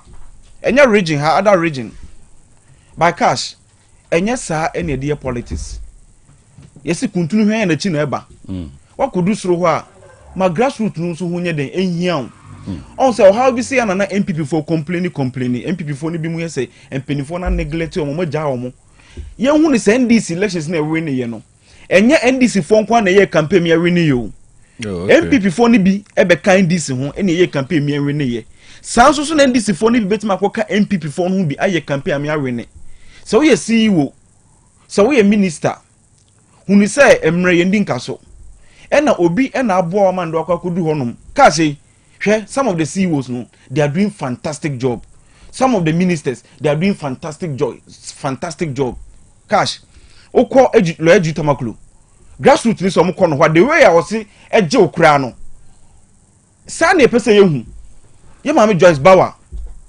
grassroots no de bia grassroots ni kan se papa fa no ho en na wo se esua uba Dr. Frank Amwako hene unim say dodo na say or TikTok or Facebook or say or reply messages crampo or Facebook ne TikTok when ye person e interactions ne nya den enye more na wo de wonte wonka kra bio say wo no wu kra wo miensie no kra no wonte wonka. Oh yeah, Cash, a hard dream. Regional Minister, a ban of message reply. A ban of message reply. Oh yeah, dear. Because I remember, so was it Monday, no? Na me heard you mabia because me shada for krum kakra. Yeah. Timusa enyumre krum. The darkness is becoming too much. Too much, yeah. Because me nimse ono so a lady prefos. Yes. E mama keep lights no on yeah. because. Yes. Ti me hu say Ministry of Local Government at the memo be a by more reply. Yes. It's not many deal command the way he was taking his time or reply me one on one. So like that. Yeah. Now okay see we dey see a friend wa on fire say on fire. When Mr. Chris Body Mensa. So we NPP new we NDC new. O friend obefa National Pension Regulatory Authority. Ahafuano. Yeah. Yes. Yeah. Southwest. O friend na obefa o test na obefa. Southeast. Yeah, man. You see Mr. NDC penny for no mania positions no. Unim say ndem ka di bo Facebook na me ra ho. NDC ni a cash unim no Facebook a wa yi adwuma ma NDC a che. Ono na kosi obi office. Me pesa me ka ubehun social media. Okoduru ono ma ye friend na ka chen so nka chen nipa na so wa ye busy. O de letter na eba keke so pa adwuma. Wa ye busy o ye meeting. Ontimi nya time nya dem ma no. Enye wei ene ye pe. Munso ye John Dramani Mahama cash. Okay. E ha grassroots ni ye me dem ka. Na grassroots and appointment bi so onum so a cash ye koso a enye okay bebre aye adwuma yie cash grassroots for no so muntie obi wo honum a oni qualification bia government ya the programs bebre aba adwuma wura national apprenticeship program niema we nyina ya de a wo so betimi du ho ahye mu bi if only qualification no be bia yes now to do ho ahye bi na aboa wo enti mu nyina mu nkambom ne emboa na aban no enko yie anya sa de a the appointees ni bi ye no enye na the appointees ni bi nye no party boys ya so na mo de omo kwa Ablekuma North yi ese me no ka say NDC at deploy party machinery at the kwa Ablekuma for yes. Only 19 polling stations. Yes. Na wonya mo mamoy oh that be na some will see to be brave catch unim you will see to be brave but you know one thing easy no on say NDC nyane ne start say electoral commission and wansem ya kana asema ye so ye incompetent ema eye Afrobarometer eye report ka say about 62% of Ghana for crash so mu nigidie e wo Ghana ye easy ni mu in fact ye kana MPP for so da bi enye no kre munja easy no nye na dwuma de na NDC for mutata easy ye yanka hwe ka hwe unim sal you deny your representative for 4 good years cash MPP ni better of the so catch electoral commission and say sal for hu hia enti won hwe no nya bibi mbo am cash hu bibi sa ya hu bibi asa MPP ni bia ni wono ma na all kasa in favor of ohawa eni amanihunu a isi ne de sal for ni komu na nde de empeni focus mi say se form ye hia obi ntuku trefo so mfo dan e form ye hye e ma MPP de o ma hu se wo so mo so ka se electoral commissioner no onye na dwuma yie isi yaka nde kra de mitie Awa Mohammed omo formal PRO YE osaye national communication team member o say e wo se MPP for no ka yura se edu nketia ho omo kan disi for no bomu ne reset easy no okay MPP ni na kasa se mo nyame manja online for a publish it or my positive video no crowd manja online enti na MPP for na nkasa hu say wambot wantwate wambo no homodin enti wo se asesa na ye nya sa de no cash sa Ablekuma eyi a ekoso yi hwe eya rehosem unim say easy obetimi adane o man na butu unim sa de electoral commissioner ya hwe ni yi a obetimi adane o man na butu de ekwa watimi wakam me ade ba kwa mesua wo mu nso yese yesi 6 ni nyina no NDC MPP agents for assign but omunya isi no returning officer no ni signature anya den eni so nti invalid say what say ye gitum ne kan no na me how you say though me sometimes me can say MPP for what can say isi na nkasa ko parliament house under oath ɔsɛ aka 3 police station pɛ meboa na ɛno say aban no mbɔ no mo security omunya mo security no mo kɔ a ɔmbɛkɔ akɔkan yɛ no na ɔmo declare winner no nyɛ sa na ɔmo kan under auto ɛsa daban ɛne ɛsa kɔ hu ya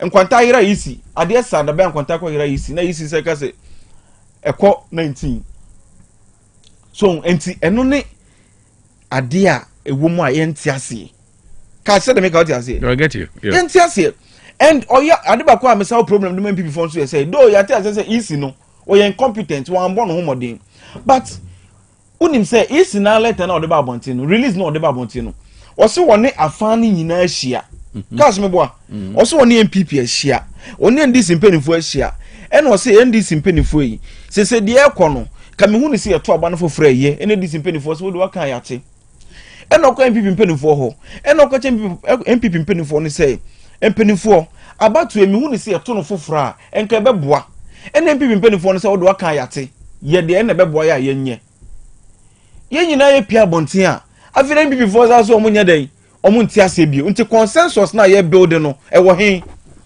all right seconds de make not ase sima ba ko fesi mama me mama what ase say is no what demonstrate so you incompetent but ni nyina achi no me am china say adwene o de bia mbisa sa question wa ha say ye to aba ni wi a presiding officers na omo ho no a pink sheet ni hye wo no nsem no wo wie kra e wo isi mkrata mu say so o de ba ko tale honum do e bia na wo nya ba bia yes o de tale honum but you have the copy yes so how come inti ka say we national crusade ye nyina nkan say by now isi officials no kwa you take him on and I make us say we national crusade ye nyina nkan bom e say MPP for je atum so be boa yen na ye nyina research issue honum say na be ya as time goes on no elections are ye be call Ghana ha bia na nkofa oyenu ni o how bia embre o man no inti ka me da wase me so me da papa cancer cash yeah ebia me kasa I'll address the gentleman na unene din komo earlier on say adeba kone say if you claim say we are neutral, let it shown in your speech everything that you do, but when you try to be biased, I have a problem. Just because only ni say be wanted the opposite outing. Okay, my main card there back or say maybe sir. Oh, there be say there me be say only ni say be one say the na opposite. Oh, okay. Will be the best judges. It's not say minti your reason, you know. One mama chia me MP kra. Mama chia honorable Frankie Boy. Okay, that's right. Enemy constituency for. Now one chair DC. Achuma will be a jano. That's right, okay. Me DC. Me I was expecting to see him here. Maybe my honorable me hunu krada me hunu nim krada. Mazakaria went to me ama. Ebe obi a say obaye no fortunately for him no yaye bibia wi. Enti onya hwe enti I don't see the enti awa masi. Am gas me hu no. Because ye contrast last time me ba ha me be kan say now ye hon mo ye problem pa na ye kwan ekwan nyina say kwa contractors gu so ya asphalt ekwan nyina school classrooms a ye sisi na what about market near there market a honorable Frank Yeboah Adaroma market BI is working until BBI any for him to do. I know Frank is so a very hard working MP. Cash na mencha me mama dey my cash in station any ma Augustine ebio obi a otie. Cash the entire na me what problem with gentleman explanation and analysis I know any say. Or say NDC claim say 37 were in outstanding. And MPP as a 3. Then he says we are hypocrites. Why are we calling for 3, not 37? The question I'm person knows one son say, why is the EC not running on the 37 but 19? A dear no yeah, he decided on the 19. That was the answer. And I'm expecting so no. But to say because you counted 3 in the year, MPP for you okay, until we are hypocrites. No, you see, idea about first. My name Jason Kodia didn't come out, I think a week ago. No, because 3 polling centers no kind of crowd. No money secret nasia finalize can be you see, when the EC was invited to Parliament, Okay, set 3. And that he needs security. She needs security. So why the 10 sudden U10? That's the issue. I don't know what say 19 no cry about this year. And you see, I say easy no cry enya document to my the problem. You also they are now okay. Or say under electoral regulations, ye TB obi asan we no parties participate ye nyina ye mabi. Yeah. Na isi no so omo ayi na ekro omo no wo de atwa send. So how come asana de beka no results of the but you see ade bi on my mischief kakra wo mu say do you remember first day omo course omo coalition no e dey na see tax ekwo disruptive process no et sa pink sheet omo de buy for coalition yat team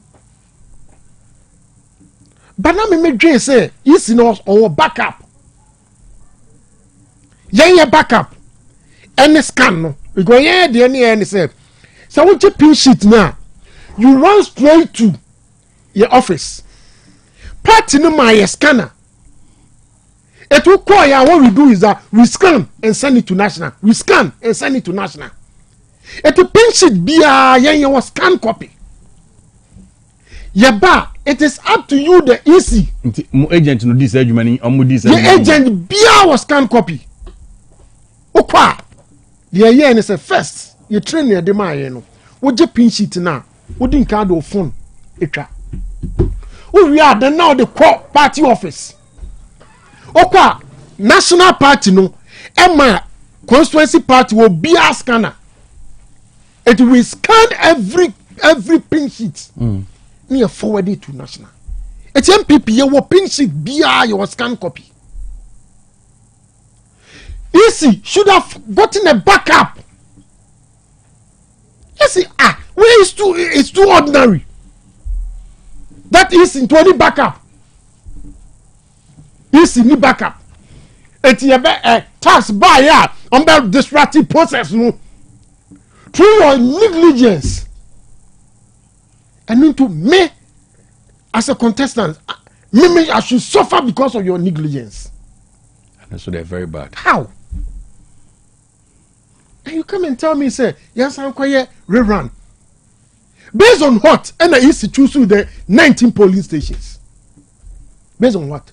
Now, I don't know, I'm quality, and now I'm very to question, you know. Now, outstanding polling stations, so, never do say. Tema, January 4th, court ruling, no, about your case, is to go back, do his work, and declare, no, like I say. And I used to back at saying, I am ready if only many security. I don't know Satan is young castle may rerun.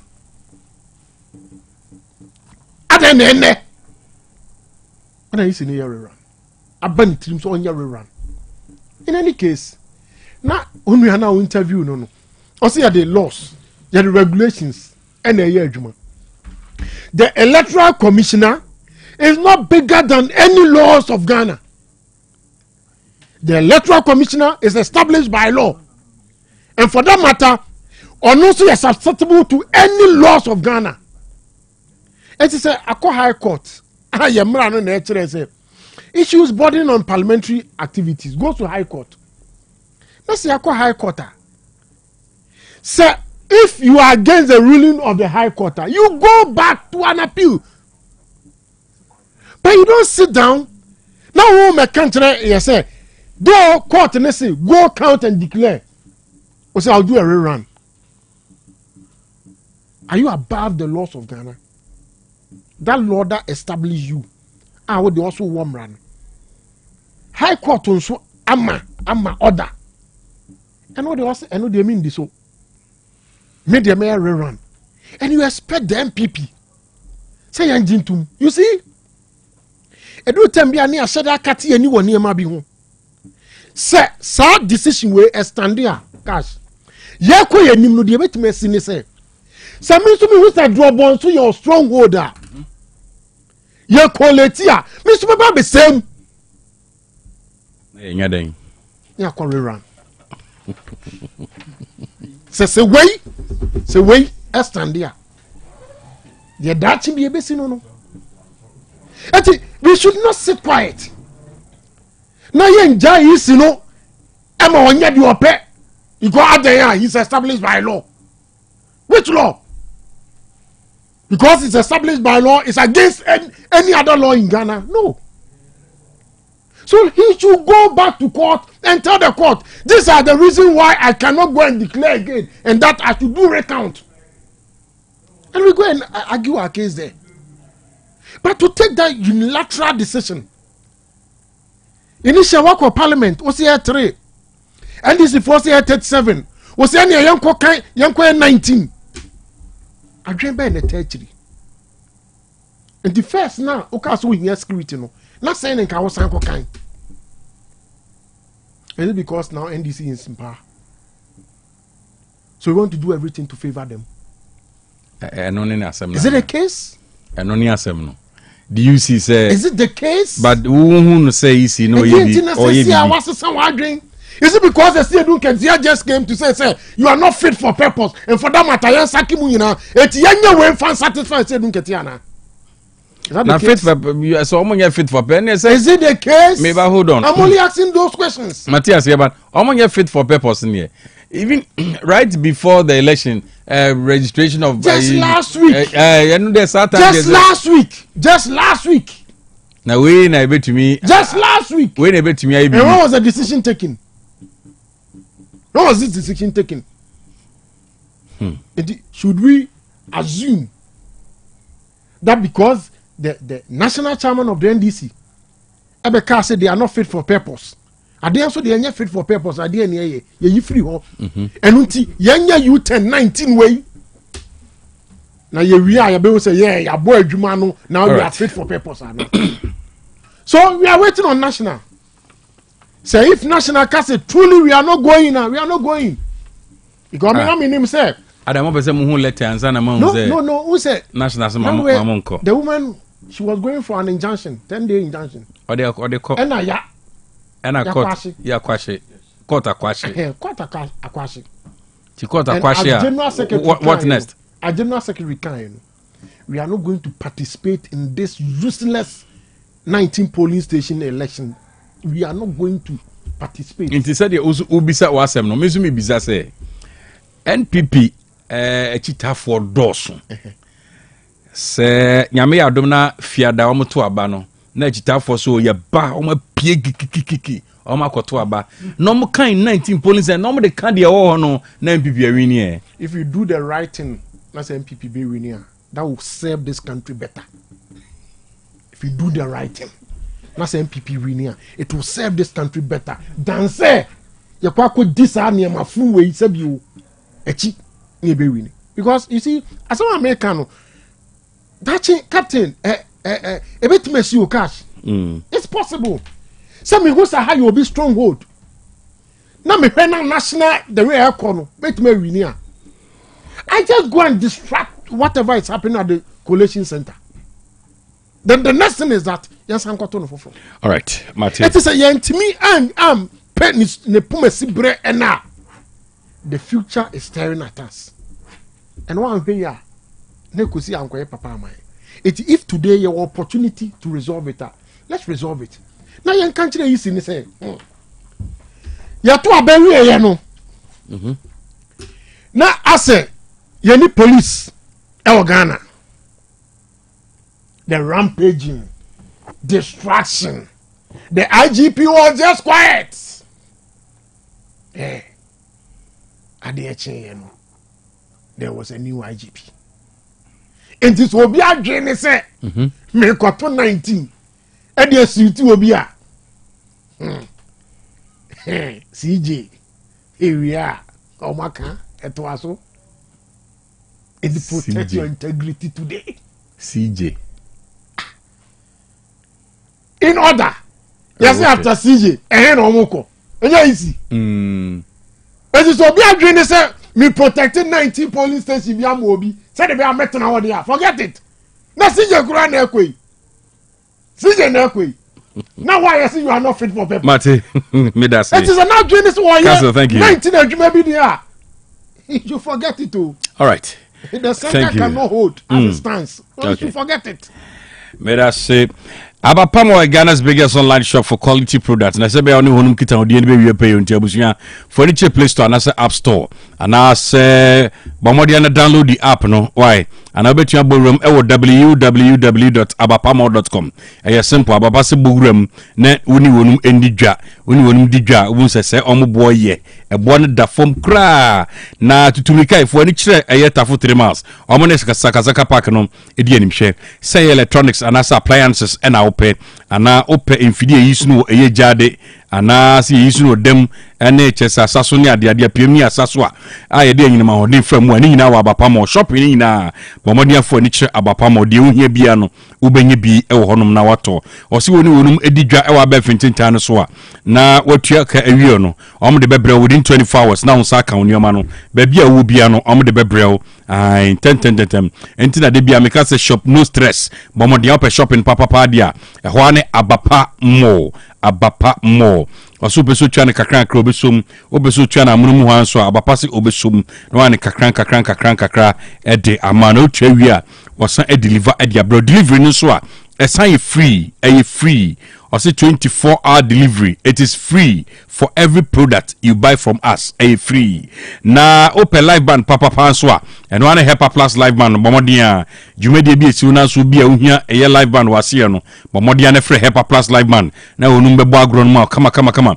Baby I want to say koba ne light ni important hokra. Free Hepa Plus live band. Ombedi agron am we fili. Free woman ya bapamo 0593 386-133 0593-386-133 and 0593-391-848 0593-391-848 Vema Plus Limited the Prosavid capsules aba onya Prosavid capsules ni bina numa ebusuya ebeboa onkanka mema momomode na mutie na onum bi no na esaw yade eji free eyeju so hawmu sede be awo so ho beto papa utum zananse junso ema onna ojunso by heart rough ni ade a junso nchese ojunso san wachi ya na nchese na eka wani ti bomodien junso kuru ya so a ema onna najo ti bomodien Johnson so bon say ojoso different colors pan sandi a kire ni ade a abusuan tintin bomodian ma saka preserved capsules be ma onum bia ebeboa na from pa na nche na usi form sa Jack ye friend mema na mema to santenia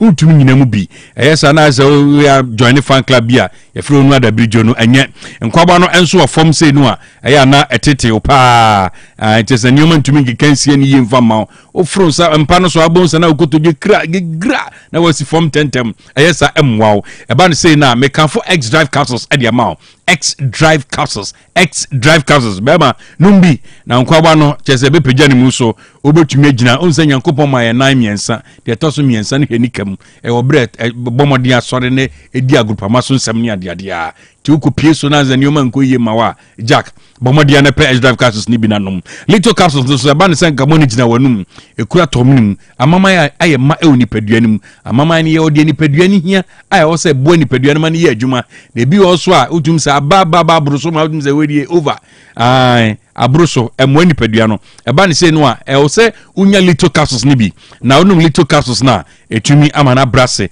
ama nso ho ato oba ko inficha utum se nyoma nko yemfa ma no nanu na nsa na atwa eni so nyefe meka na mani hurry up omatiase unya dinat capsules ni bia ebeboa na ope Vema Plus Limited wonum no ni bia to a fo ani kire eye mami yu ho mami yo uni Saburam drugstore no e kwada so estate ebi ho ubenye bi ato Freddie Mensa ba will be Danny Heba and Afi Kolinak Misty Heba Apidank and so will be and I bet you have Vema Plus Limited 0244 370702 0244 370702 Donima Steel Complex Limited etun safrel sebana dansi ho nyoma bomodia fo ani kire wonuma kache na bibia bi ewo ho enchansi ya de board dan so tabia upebia mami bobi nche we bi se tropical long span roofing sheet eno so krom wo mu asort wo bi ti se strips IBR step tile eno so kala bia upebia no benya omo tropical alozing ene galvanized standard size sheet eno so dia kaso ne dia enka so roller shutter gate system ni automatic garage doors ye di sisi fie ni mu shops ani mu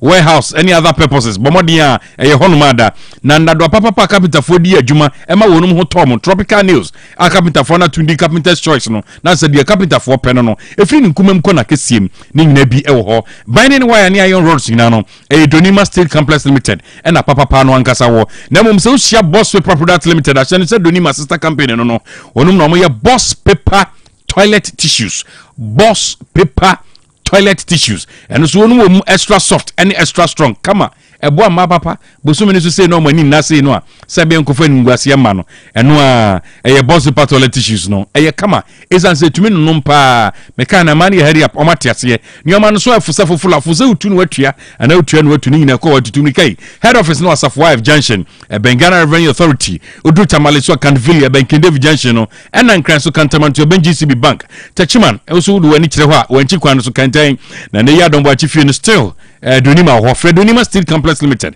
it was 0244 126625 0244 126625 and 0540 101555 0540 101555 Donima dini eboa ya beka se home of tropical product me pacho wiabo bomodi asabere why busy office uma musu a emma ni ade a boys obiad na ni a kire ba bi so atiase secret yeku peja mu ene kakra ana opa abomodia me de number no betu dwa no afre ba bia obenya aduane papa edi sa aduane na Jack e ka no a de bia ho na de wani beche because na aduane no healthy utise udi aduane a emu enuane nuru no nyina no obenya ewo Olus Kitchen ne nuane no emu nti se corporate lunch na opesa ukọ ana se special event bi enesi wani so a bomodia contact Olus Kitchen plain rice or jollof rice banku ni tilapia macho se tilapia ni yo hodo ba miensa yo tilapia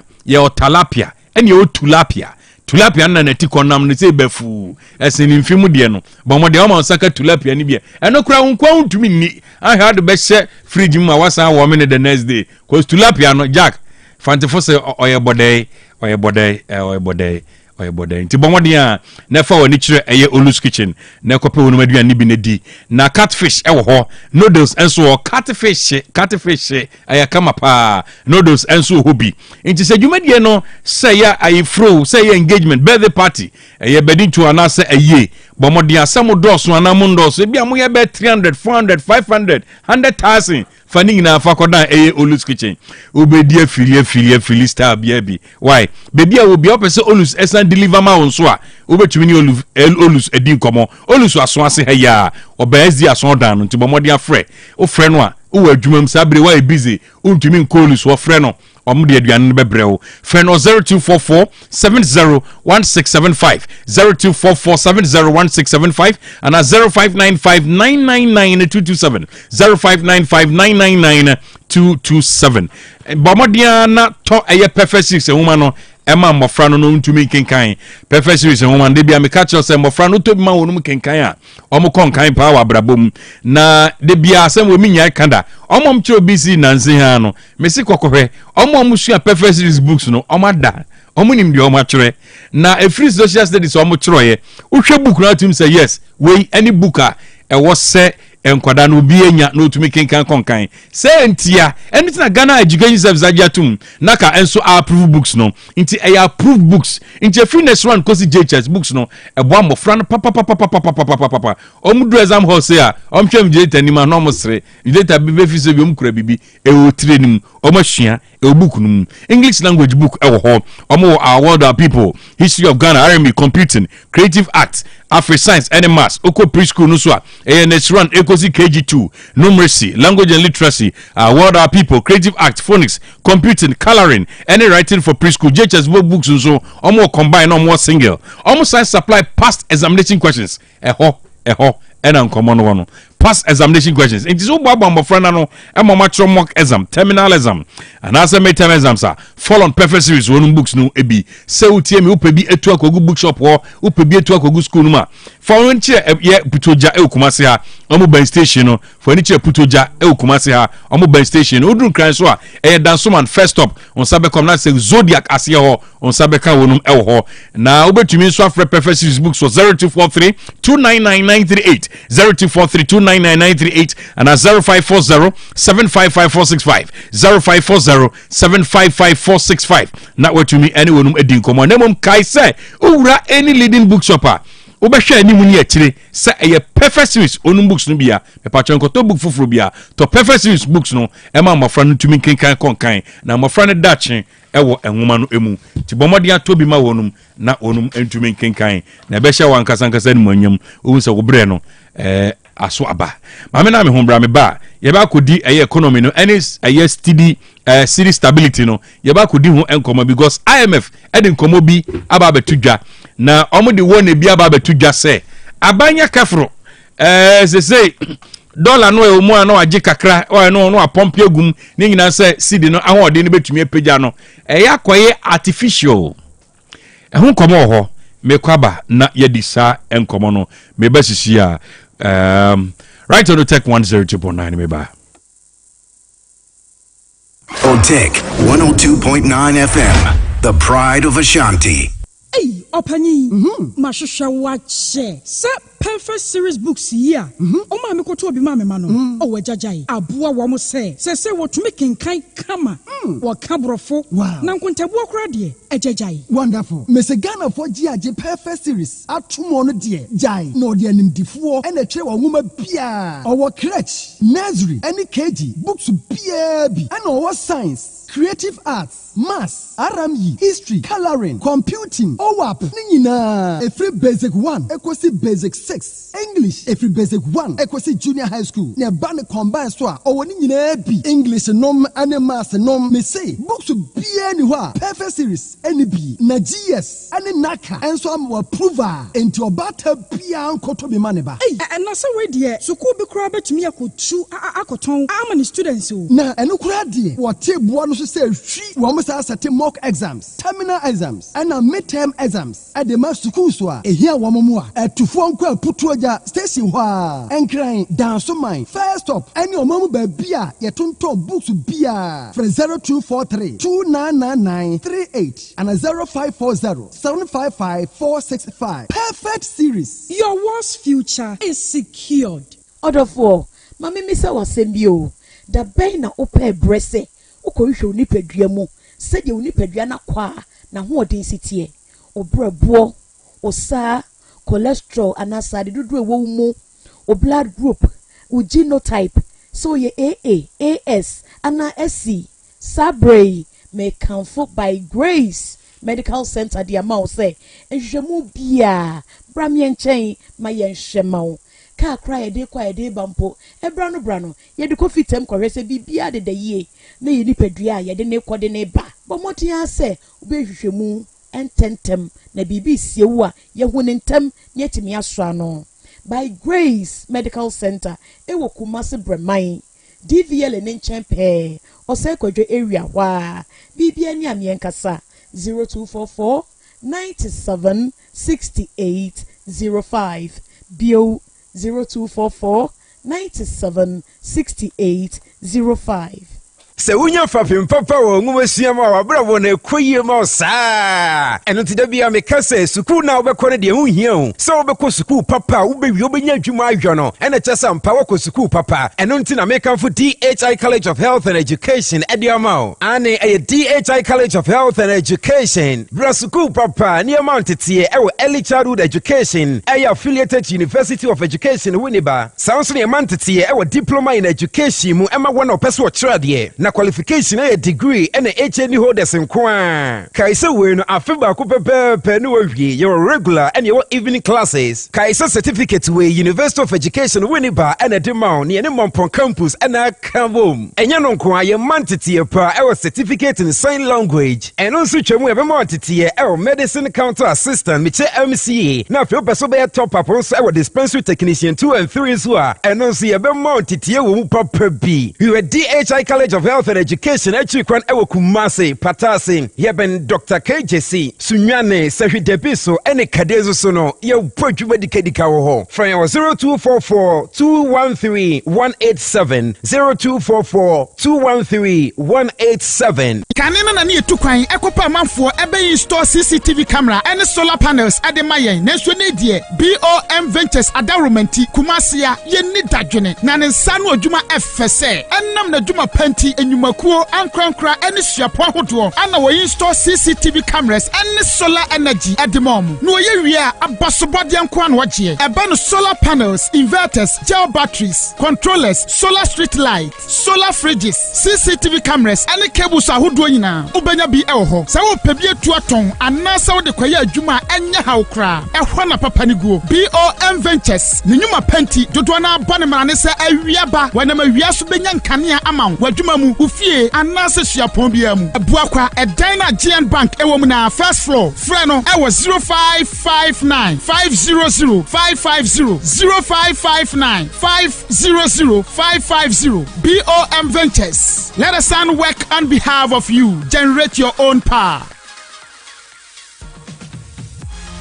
What's better than your bestie? A bestie who brings the hottest blockbusters to movie nights, keeps the kids smiling with the funniest cartoons, and never misses a goal. That's GoTV Stream. Your soapies sorted. Your football live. Plus cartoons, movies, and more. No extra costs. Just internet and an active GoTV subscription. Your shows, your vibes, your anytime, anywhere bestie. GoTV Stream. Download it today. OTEC 102.9 FM, the pride of Ashanti. Dwabrem. On OTEC 102.9 Yakoya Yasaba. Uzain. Cash. Yeah, quickly. Issues of the economy now. You're linking it to inauguration of the good board. And of good board no. Yeah. Okay. Cash. IMF for say. In Shishaya. Bank of Ghana of your policies are all running to ma Yahweh Isikasem no MYN me as my meeting I can say IMF Mama I never could mean I'm most my dunum why yes cash IMF akoye odumfu kumfu and I meet my guy just say IMF can be in African countries be na ankasa no yon kwaso ye no cash wo ono no wo abrochire ho oho akyerew de bia mpa bobo no se Ghana ni ohia be ba wa afa ohia no ba no odwan aba no ho se me pesika sei was me mosika sei dia one emfa Ghana ni bia adwuma afi wei na Ghana for ma wi school tifi omunya adwuma nye den nye so funny people all the policies na so funny people o best spend bebre o be what you can so no the policies heso hu e na wutu an kan no so onya mfa so say dem make out ase enti de bia no be say de bia no da form enti aban bia obayire no hu say opeso o de hihye pa bi be bia no ai be ma ono no hokọ no wo NCP sita no obe try to say certain things ebe ma aban no asesa na adwen no aba no nti me de metima kan say the able BOG governor one doctor Ato Forcing okay minim say hihye omudi agu akwa mu Yero John Dramani mo gidi omu bibia on beye be boa Ghana bia no nye because say no as a Ghana dependency ratio no kwa cost too much. Say ya depend on abrochire te bibia abrochire na say yem fan hihye ngu akwa mu ai enti sa hihye na di gu akwa mu na ha abrochire fo no soso no enti wo say wonya abotre wo take measures we dey wo say ban ni mie nani no nya bibi mfa ho because anya sa de bia plan A oh yeah plan A IMF this is the first time I call IMF ana Debbie yes start to call IMF cry bro be 4 akwa IMF ye gusu kwa IMF ensu so papa be na IMF ko na ye ko na de bre o man no you ask yourself that question enti me de me sre omo fa hye pangu akwa mu Momuntie and some beka because omudumfu kumfu. I am a further come Konanka Ghana, my economy de biana, Senak Maba bepe a year busia. It's your more 70 dear Kashi. Kashi to a year gold board name fight against Galamsi. Mommy will say it is time for Ghanaians to own gold mines. You're John Dramani Mahama. In fact, Metis has him we know. And the moon say yes. You're Mahama, and near Brisampa or Bemagana Kosu. What is a black vote and rank for we can once and see John Dramani Mama per se or the Maninuya or Tom Maninuya. You see, Omutuni Dean Cramp almost say family property was a day. And my moon say, in Yanumo ye send out TB. Almost say typical ABC last supper. In fact, Metis has 7 numbers. What I say, NMP Nusica says, typical Japano. Metis and I'm say, and some maybe before came. Share. Mamen kan crunch room abuburo kosua ade bi yen said that and de nyame ahira no na wa hira no ka hye ye Ibrahim Mahama enne na wote ne nka Ghana hanum sei dabi hwe me tam ye wo me 1997 ye wo me ni year the following year and na wo ye den wo establish the company a wo ye adwuma Ghana hanum sei what you say Satam na ODHS2 and Ibrahim Mahama. Starting, me say your woman no year. Mimi 96 born. Mimi Kanya be 97 and why they establishing the business. E wo Ghana him say. Cash we establishing the business no cash. Why here adwuma bebre.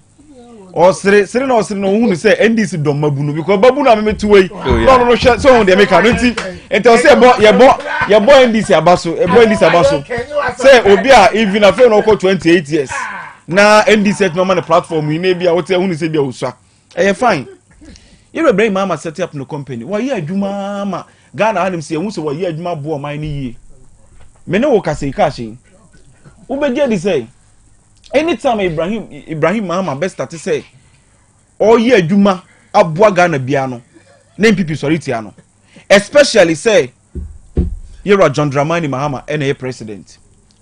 Okay, say somewhere 2015-2016.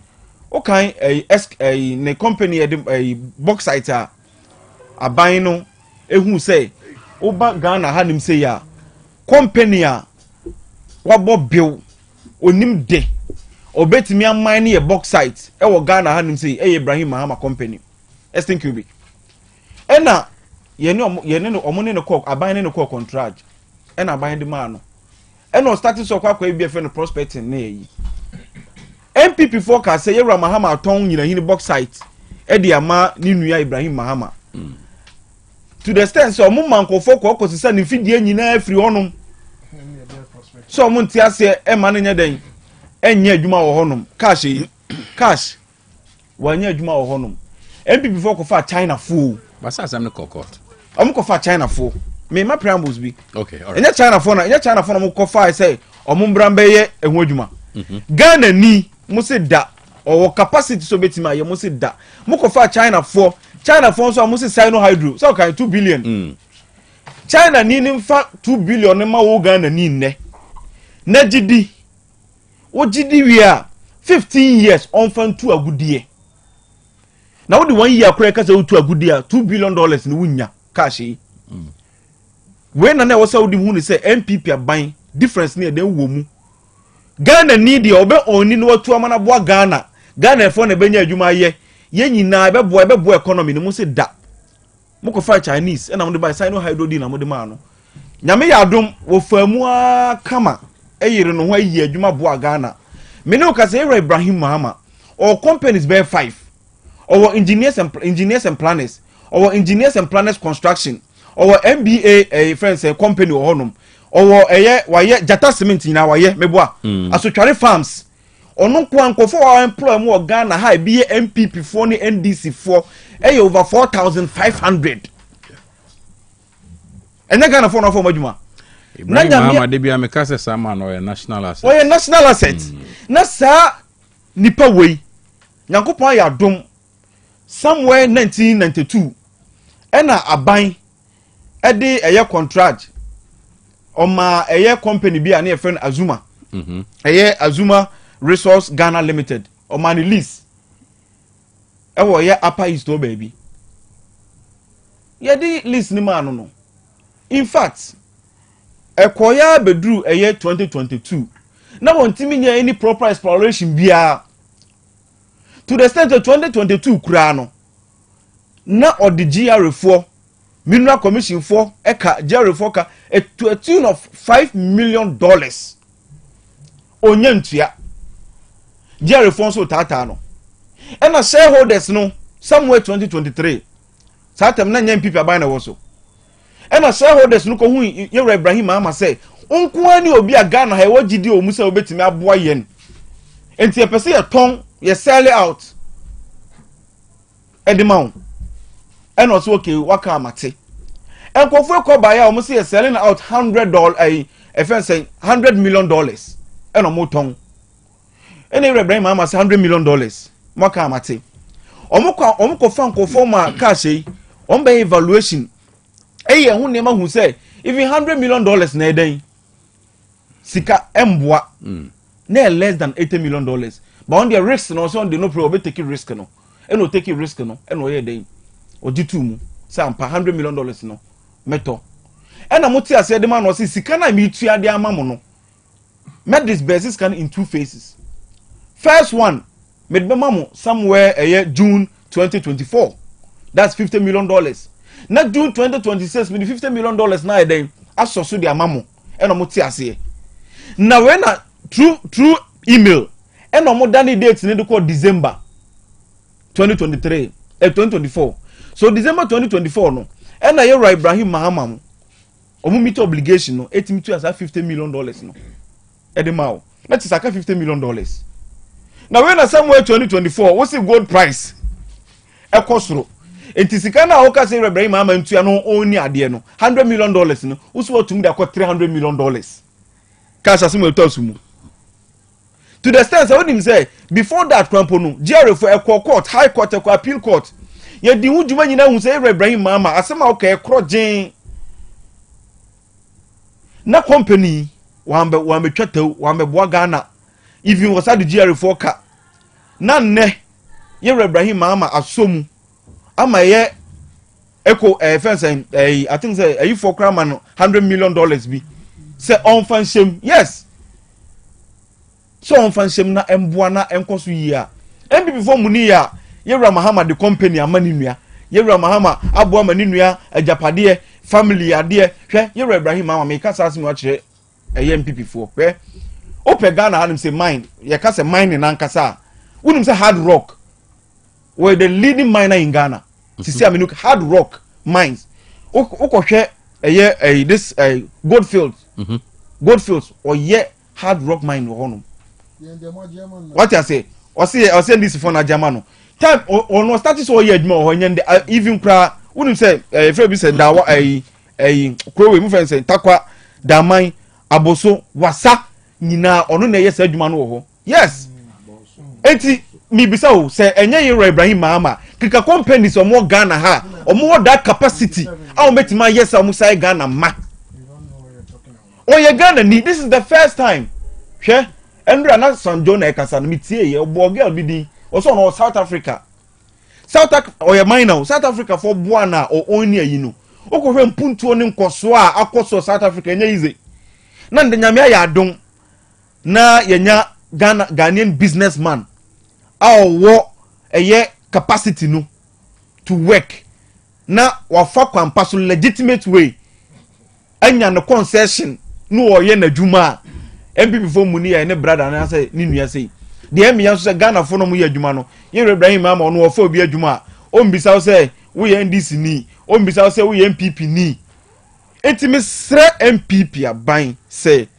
sansem na omode for John Yewra Ibrahim Mahama no omunjai Ghana for penasem pa o hwe munima the more na mu yese na mu say she Ghana for abufuo because Ghana had him say bibie nu ebesi wo Ghana ebe affect Ghana Yewra Ibrahim Mahama onko support se nipa ne MPP ni se nipa ne NDC ni oman ba pa sei ene ehia You were NDC for ni bi Ghana ha. You were MPP for ni bi Ghana ha. Say atorencham tumi kotu baby kro mu nko. But no a businessman. Obekọ businessmen for bebre be kwa support hwe baby a explosive VC yi apiati o se hin hwe niema o hye de kọ honum hwe voter de esi wo hoyi hwe niema o hye de kọ honum de ba de na onye bio ne ha nyina ne se ne brother ye president na woni ma de ba ko sai me yakese nkofo started side way before 2016 no ena yewra mahama woni ni nua na kabu ma wiya Ghana sika o kan yewra chama utumi kro de ne court odne court yewra chama utumi se yewra mahama bona ma na wiya sika enya sika de atop private jet o kan sa ne ma we nyina e ma yewra utumi kra no yesu $5 million e wo Ghana ha ya entro amutwa to papa nyina so no enne Ghana fo hu ni say eyen kontompo in fact ono kra de be ka cho say yewra ko 4 time some person who say Ibrahim Mama tama Ibrahim Mama jina na so pa na say o kasa no obo yewra ko fo aba so yewra ko fo ye ndisi ni o ye MPP ni hwe sa politics na ye politics a me en fam for mo asem to ya mo na ba o ma be giye me no kasa nyame mpongu sa asem to constituent se CA na asem anu odin a ono eni obi a obegina mu etima be support mu oka ababa e friend Suzy Pina man ho so wan ababa we ya me betena o radio so betena ha a oka kire me say oka kire regional minister say yantimi ambo ye homode na ga na ni say ya wo umma NDC aban enya ahotoda e wo Ghana hanim say enya sa na oka kire ye yeah and then ye nuaba no ye Ibrahim Mahama e na de na kwa abrochire akwa hwe na ma na ninu asaye den yeah asa bana dada mu anne wa ba beto aso akọ school hwe ne ma me ne papa no ma ni gi omu komu for all you know e bi kra na omu to aba ma NDC kra da owie ye no rosa mo 50,000 odi baba yeah 50,000 cedis e dia mom yes 50,000 cedis esa dia ma e titi scan 500 million yes esa dia ma busuafo ne say munjin fan to honum enye we mu na enyina ye program omfa no nhwe akire omfa no mfa hwe akire enti we mu bi na MPP for mo kan masema na enti mi ti MPP ni bi kasa tie Ibrahim Mahama me say hey for all you know get na make na semi e bi kura ne nkondamu na busuafo bi na oto abakura ma NDC da ba Ibrahim Mahama won bi sese get no NDC ni ana o MPP ni a o ye Ghana ni e no oboa no e na mpa capacity wa for legitimate way wonya no concession enti munya no onye na dwuma the mu year 2016 no may catch them say this time around it will never work because Ghana for hu papa no supane ni ye pa a oda na di wo Ghana enti Ibrahim Mahama me say oye obi a Ghana ahemfofo Ghana asofofo chese even abosomfo nyina akran po eden etanachi mate enti MPP bi no mbe ye die papa we ya ebe ye in the case chama wutumi enso ni sa so te esi yewra yi yakwa report bi abaka say yewra Ibrahim Mahama or say enso ni sa so ati bi sada but chama wutumi no nko no so no ho bebo yewra Ibrahim Mahama onu so so sua no onu report be bra ba na che so say enso ni sa se enti difference ni wide enti misrem people for mumma ye ma no kwandi yanim ye politics a yewra Ibrahim Mahama o squeaky clean adwuma o ye na ho te wa fa MPP for adwuma fa NDC for adwuma fa Ghana for adwuma but that's it thank you Ganzo explain tire you see we are say ade ba ko pa nyankopon pepa ne say obeye papa na obemo obi ehu say me na me yes papa we enipa me bra ye papa organa ha say ya they don't even come out to say it oh say no nkyerese papa we dey mebem kakra because papa ye bi o ho a circumstances now into there's a lot of people my papa they have not come out to say it when him dey sian ora sian azum lion when him dey oye when him dey oye what is what be can do abonte and now the camera say dinachi Enti nyo no kwa na papa. The American one to was antimasi. The first will be a papa na nkyere say when he's doing the wrong thing, you shouldn't say it. I understand you, but the American one antimasi. You want money be o e call it public attention. Nti e no koya e de obi abe hu say bia rough ona oyeye. Nti na ya na ekoban sa. Obi an oye papa o me the cameras dinachi. Just that. A lot of Ghanaians are a man for papa. I'm for cameras in do much into who to the first will be papa or the camera said dinachi. Me na me moon camino. One more story. Yeah, story I found. And so what? And so what? The issue is that Argentina and this were power and kwan or to Japadi. Or heading. Or to Japadi or person or to natural resources be. Argentina. I am this in power. I am in the company Guana. Now all companies were mining. No. Or equipment, sir. Only see to mining companies. No mutuanica. And you are not mining. To the miner now can or cars war. Yes. Our cars no tree. A born in here, you know, so huge cars no. No mutuanica. He's not a miner. It's still part of the business. He's not a miner. That's it. I understand, but I'm saying it's still part of the business. The issue I can was me yesterday. I read the press statement. If the black voter go the project for now. All right. Okay. Bye. The Omo can say you decided. Say you want to partner. When I decided. Yura Ibrahim. Or an argument some Konomba could come partner because not the Australian partner. Or who said at the end of viable, so he was leaving. But there were other partners. So when he left, the other partners no answer. But now government will stay Kachawum because NET had an interest in there. In the board no, through government NET a year rep more board no. So the initial arrangement was that you were going to pay 100 million. As you speak, from the public relations officer of Zuma Exploration, out of the 100 million, you've paid $4 million. 4 million out of the 100. To no Obiako agreement. So you want to support. 104 million. Ibrahim Mahama. Okay. You can check on Joy. It's on Joy. It's a CL pirate. When you enter into agreement, no, what you have 4 million out of 100, and when your partner was to bet you 250 million, you have not said anything about it.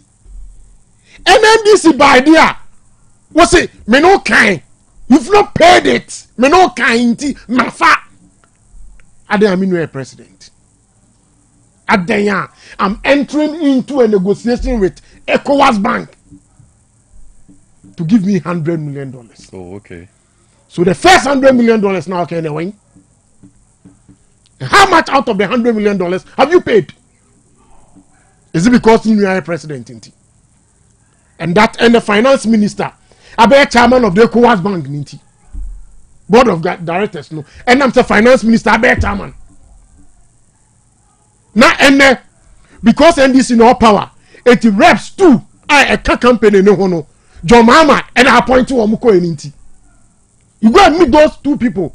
Now my castle we know Omakochia and exchanges have gone on. And for that matter, meanwhile the company say why tribute to Enra wow company press release or they buy. Say the thing is on arbitration. How do you claim ownership when there's arbitration?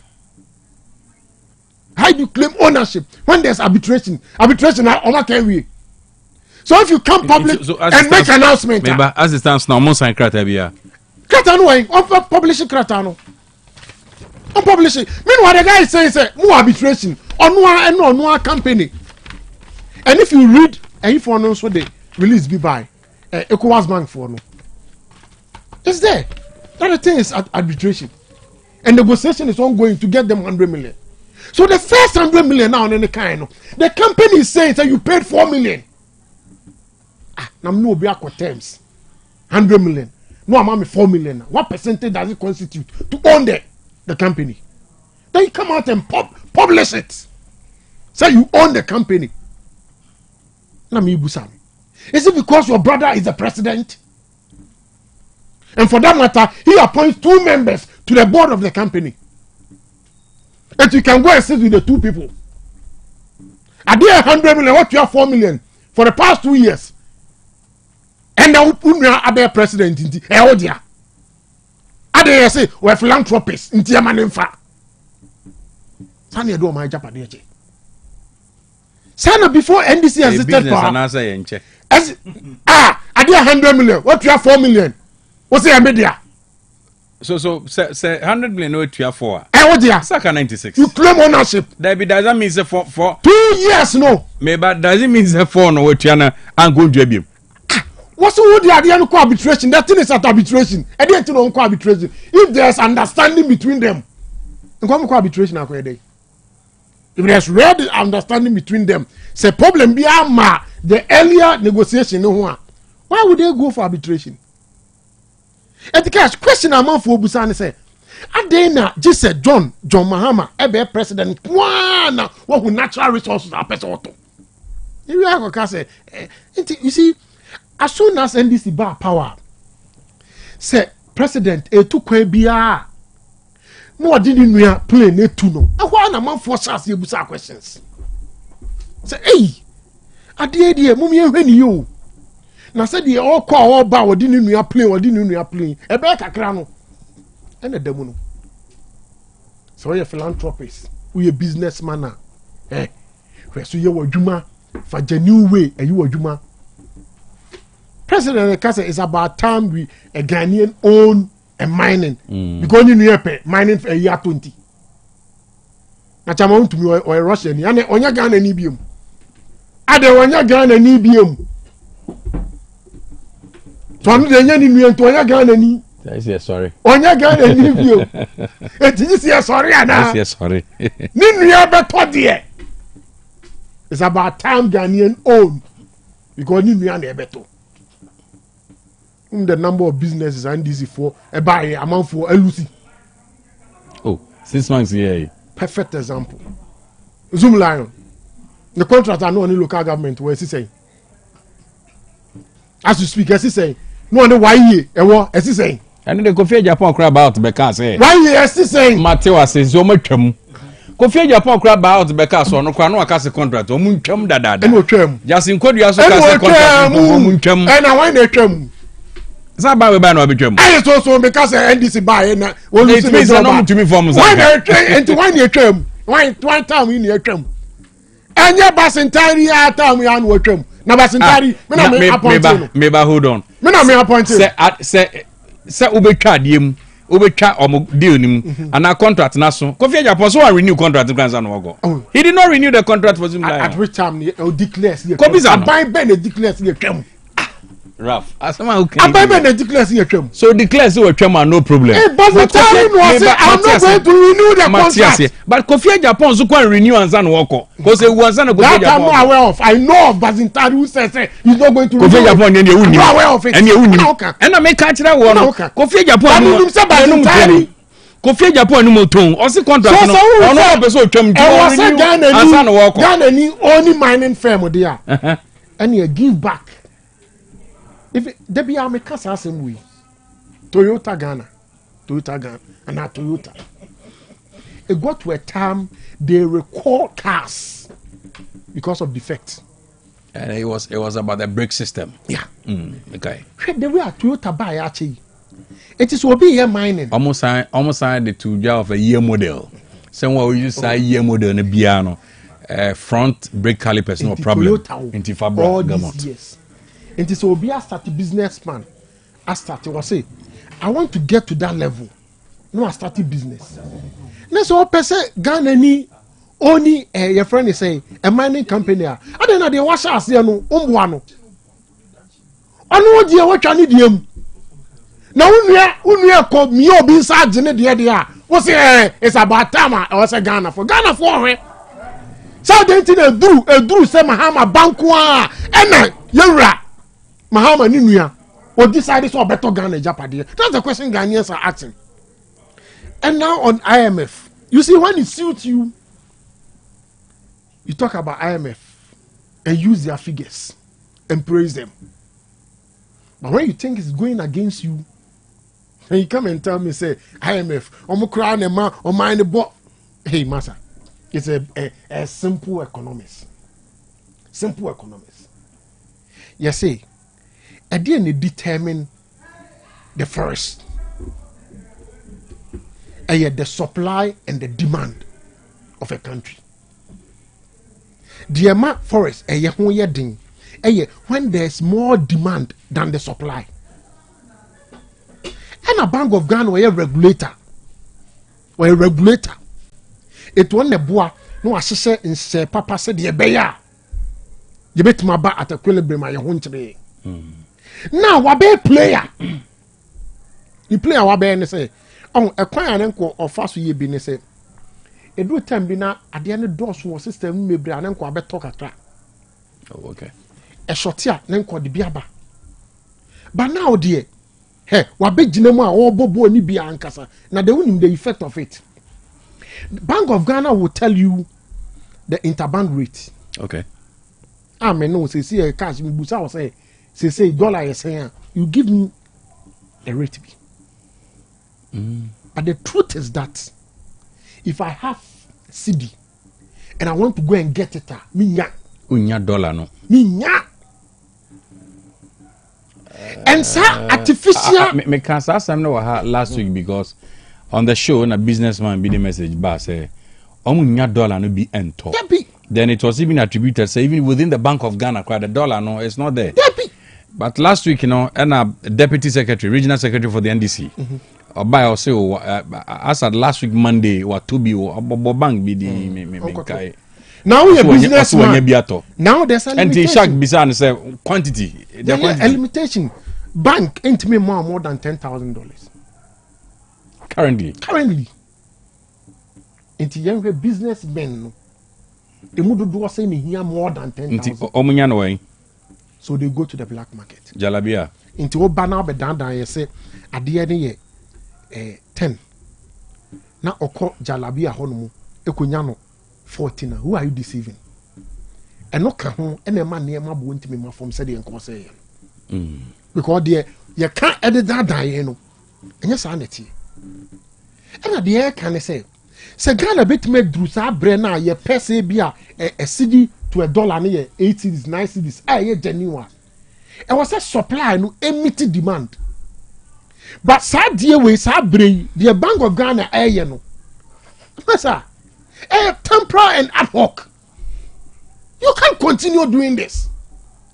And then you see they saw you see they no up. Good. Etiha near near the dada.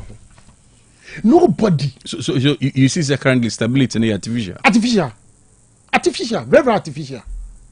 But what if gold board and so endeavors koso gold board do media omudi secure dollar artificial can supply no should be there. I'm a co-banger. I can go and purchase it, get it. All right. So supply all the business people. So supply no why there. I didn't think that rate looks and sound far better. Interbank rate. Say interbank rate 10-2-3 and interbank rate 10-1-5 thereabout. Yeah. So interbank rate me kura say me per $10 me per $1,000. Na Bank of Ghana so 9. Na me kono me nya 9. Say me per more than 10,000 I will not get it 9. Until price control and answer then.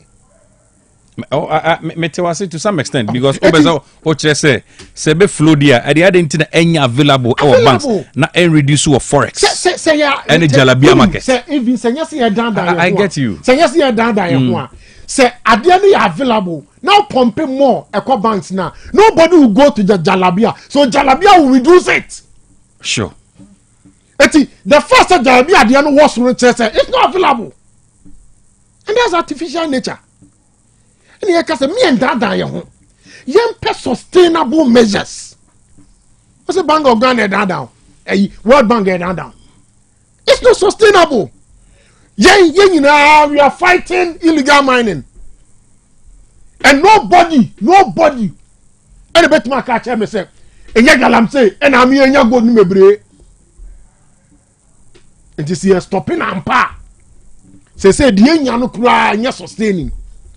Si stop here, say na beba. First, na banks no more request here. 24 hours no more saka. And all requested we seek out no more. 5 days. 1 week. Sa na saka. It omo nji amount for deposit see ye transfer amount mu biom. Obi o sector ne bia busa no. First now you instruct your bank on your transfer amount. No amount rate. And the scan down mo. We instruct na oni bi. So yes we twen when you rate ebeba. And that's what businessmen are going through. Currently. It is a World Bank, IMF, Ebeka. Let's sit down as a country. Self-sustaining measures so that demand will meet the supply, or the supply will meet demand. And we are not trying to do that. Any other interbank rate 9.5, 9.5 for 9 Ghana cedis 50%. For Kotobi. Kotobra. We shouldn't be tickling ourselves near Yansre. But the truth is that say you pragmatic action. You self-sustaining measures are artificial way no. It will catch up with us. Okay. Minister of Roads say you're releasing 4 billion. Some of them contractors. Yeah. As soon as the money hits the account, they will chase dollar. They will chase dollar. Because most of these companies are in foreign. They don't repatriate cedis. It will more cedis now. They will change the dollar. Okay, so DBO so chase dollar. This time round, no, Bank of Ghana any dollar no because available according to the businessman. And you hear forex no so quantity no so a sound of form. Inti say all the man no could chase dollar could chase a black market. Black market. And now when you say now people are not using the mainstream banks to do transfer.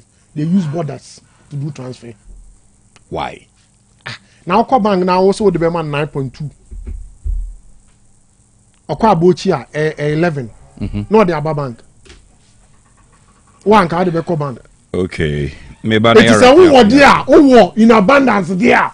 Farmer banks no me kwana minyabia me nkwa abochi ho it will force abochi to reduce it. That's the reality.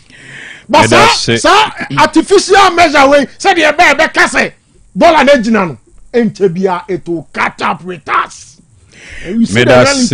Meba na ya wrap up.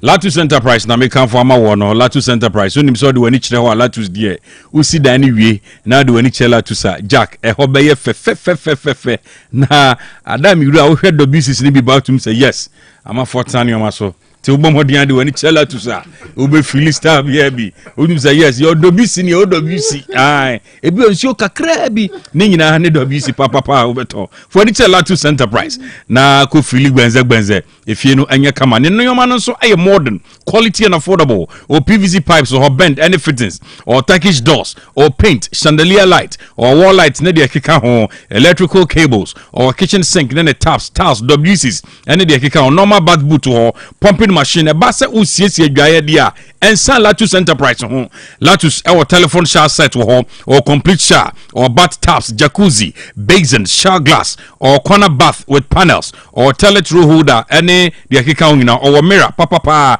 ahwe the ojemu na otwi usina usino osino tumze essence call say technicality ya na betumi a kire won or water heater ne ade a Latus ewo adum off Asda House Road Bomodian Free Latus 0242 616585 0242 616585 Bright Solar Power and I make come for my one Bright Women Ventures eton a solar panels hybrid inverters or gel batteries lithium batteries solar power pumps or DC any AC circuit breakers any SPDs or solar cables any CCTV cameras nina so no Bright Solar Power and as a Bright Women Ventures installing nina be na odan a single room a chairman hall 2 bedrooms 3 bedrooms ebi kra na ɛyɛ real estate ebi asa de order ne tie no sɛ de tie bia no ɔmbɛhɛ normal installation no ɛde amount according to the open no ɛna ɔmbɛhɛ so ɛde ayɛ generative capacity no ɛde amount ɔsan install CCTV cameras nyinaa o install de man krankran ne nnwumakuo ebi de sɛ obi hɔ wɔ afuom ohia solar no ɛde apompi so de agu polytank mu ebi hɔ school ɔmo hia ebi hɔ hospital ɔmo hia restaurant ɛne ɔmo maka nyinaa no bɔmɔden na fallon ɔyɛ bright OM ventures na asɛm dɛ ka ho ne sɛ ɔso yɛ aban dwumani na opɛ solar energy ne bia yusu a bɔmɔden contact no na o contact no nso a kama obɛmo atua no kakran ama bibia nso ayɛ fine pa ɛde amount ti bɔmɔden na bibia so nyɛ fine avoid high electricity bills no na generate own power sɛ ewia no ebogu nti na de bia meka sɛ bɔmɔden akosi ewiaba so ewiaba no oyɛ nipa san ai opo no makira kwan a bright solar power na sɛ bright OM ventures ɛwɔ ɛyɛ ebuakwa ɔmo ben Ghana water ɛdan no ɛhɔ anoma nti bɔmɔden afra ewiaba ɛwɔ 0559 500550 0559 500550 na 0249 282228 0249 282228 na bibia nso ayɛ kama ɛde ama me pa cha tank na yusu ofie no ahyɛ aseɛ enwunu sɛ so ayɛ na ha adwene pa ebia na tank no sɛde ɛkeka kɔ no tum sɛ nsuo no de guma hu de ebesi na nsuo na shorto wo kwa unim sɛ 3 days ago wa fill nsuo yi 1002 gallons wa fill nanso ni nanu na sɛ unze nsuo no asa eba ne sɛ no sɛ tank no fort bi aba ho fort ba ho sɛ no a ɛyɛ adwumako ba ko pɛ ɔmo nko a krom ha baabia obefa bia yɛ ɔmo nko a na sɛ wo operate ɛyɛ fuel station na wo use plastic fuel tank so dia ɛne mo ani na hɔ na ba ne sɛ na tank ne tumi krake na ɛyɛ adwumako ba ko pɛ ɛna onum ebetumi ayɛ ne yie professionally kroma ɔmo nko a ɛna ontumi ɛyɛ saa ne ɔma ne nyinaa anaasɛ wopɛ bi ɛde ayɛ fish pond wopɛ tanks ɛde ayɛ fish pond de ɔmo de tank ɛyɛ no kama ɛno so size bi a wopɛ ɛne color bi a wopɛ bi a no sɛ bɛyɛ hɔ bɛyɛ kama ebi a na ofie no wopɛ nti blue wopɛ tank blue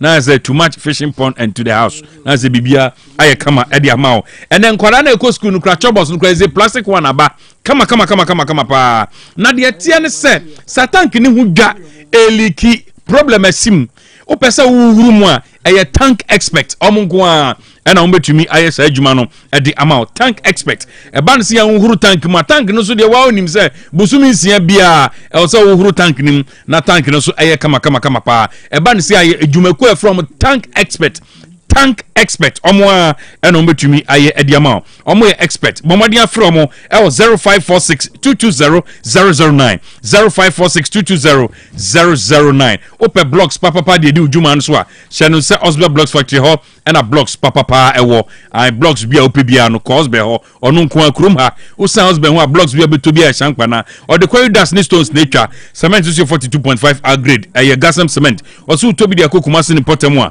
o de bekwa akogja tumika for any check ase one masalachi ndi anim hwe frɛ Osber Blocks Factory 0244 377612 0244 377612 and 0244 043805 0244 043805 quickly beko na all right okay PV the message aba CCA or say the forex is readily available. That's where rich man or said the forex is readily available, but Bank of Ghana is technically restricting the importation of items. It consider Bank of Ghana is technically restricting the importation of items it consider as reckless imports. Oh, okay. Or no, see full stop. Or say we can't allow the importation of everything. Technically, the banks are providing for the essential items only. Oh, okay. Who determine what? Also noted that also note that some imported items are being capped technically. Oh, okay. IMF say Mate, the unnecessary restriction no. Any players no munyai. Okay. Because you don't determine. PV, thank you very much for the message. If it's there here, if I need it, I go for it. And your Bank of Ghana never which one should be imported or not. Okay. Mate. Obisa say Ibrahim Mama mo sign EB. We share on the 9th of November 2023. Engineers and planners krata no. Okay. Ewo Roman. 8th July okay. All right, away 8th July. Yes. And now almost sign we no November 30th. And almost started say almost invested 500,000 every month, $500,000 every month. To the sense almost started 2023 to 2025 June year crano. And we invested last. This is a common sign here. And can be seen the what do you say? And Zoom lion there no MPP for na kasa you are no MPP o penifo you are no Zoom lion there no minim said you are Justin Kodua tia no rebe ho because ono na ka asem na ndewa ka da no all right penifo me da se pa thank you bye me da se and love so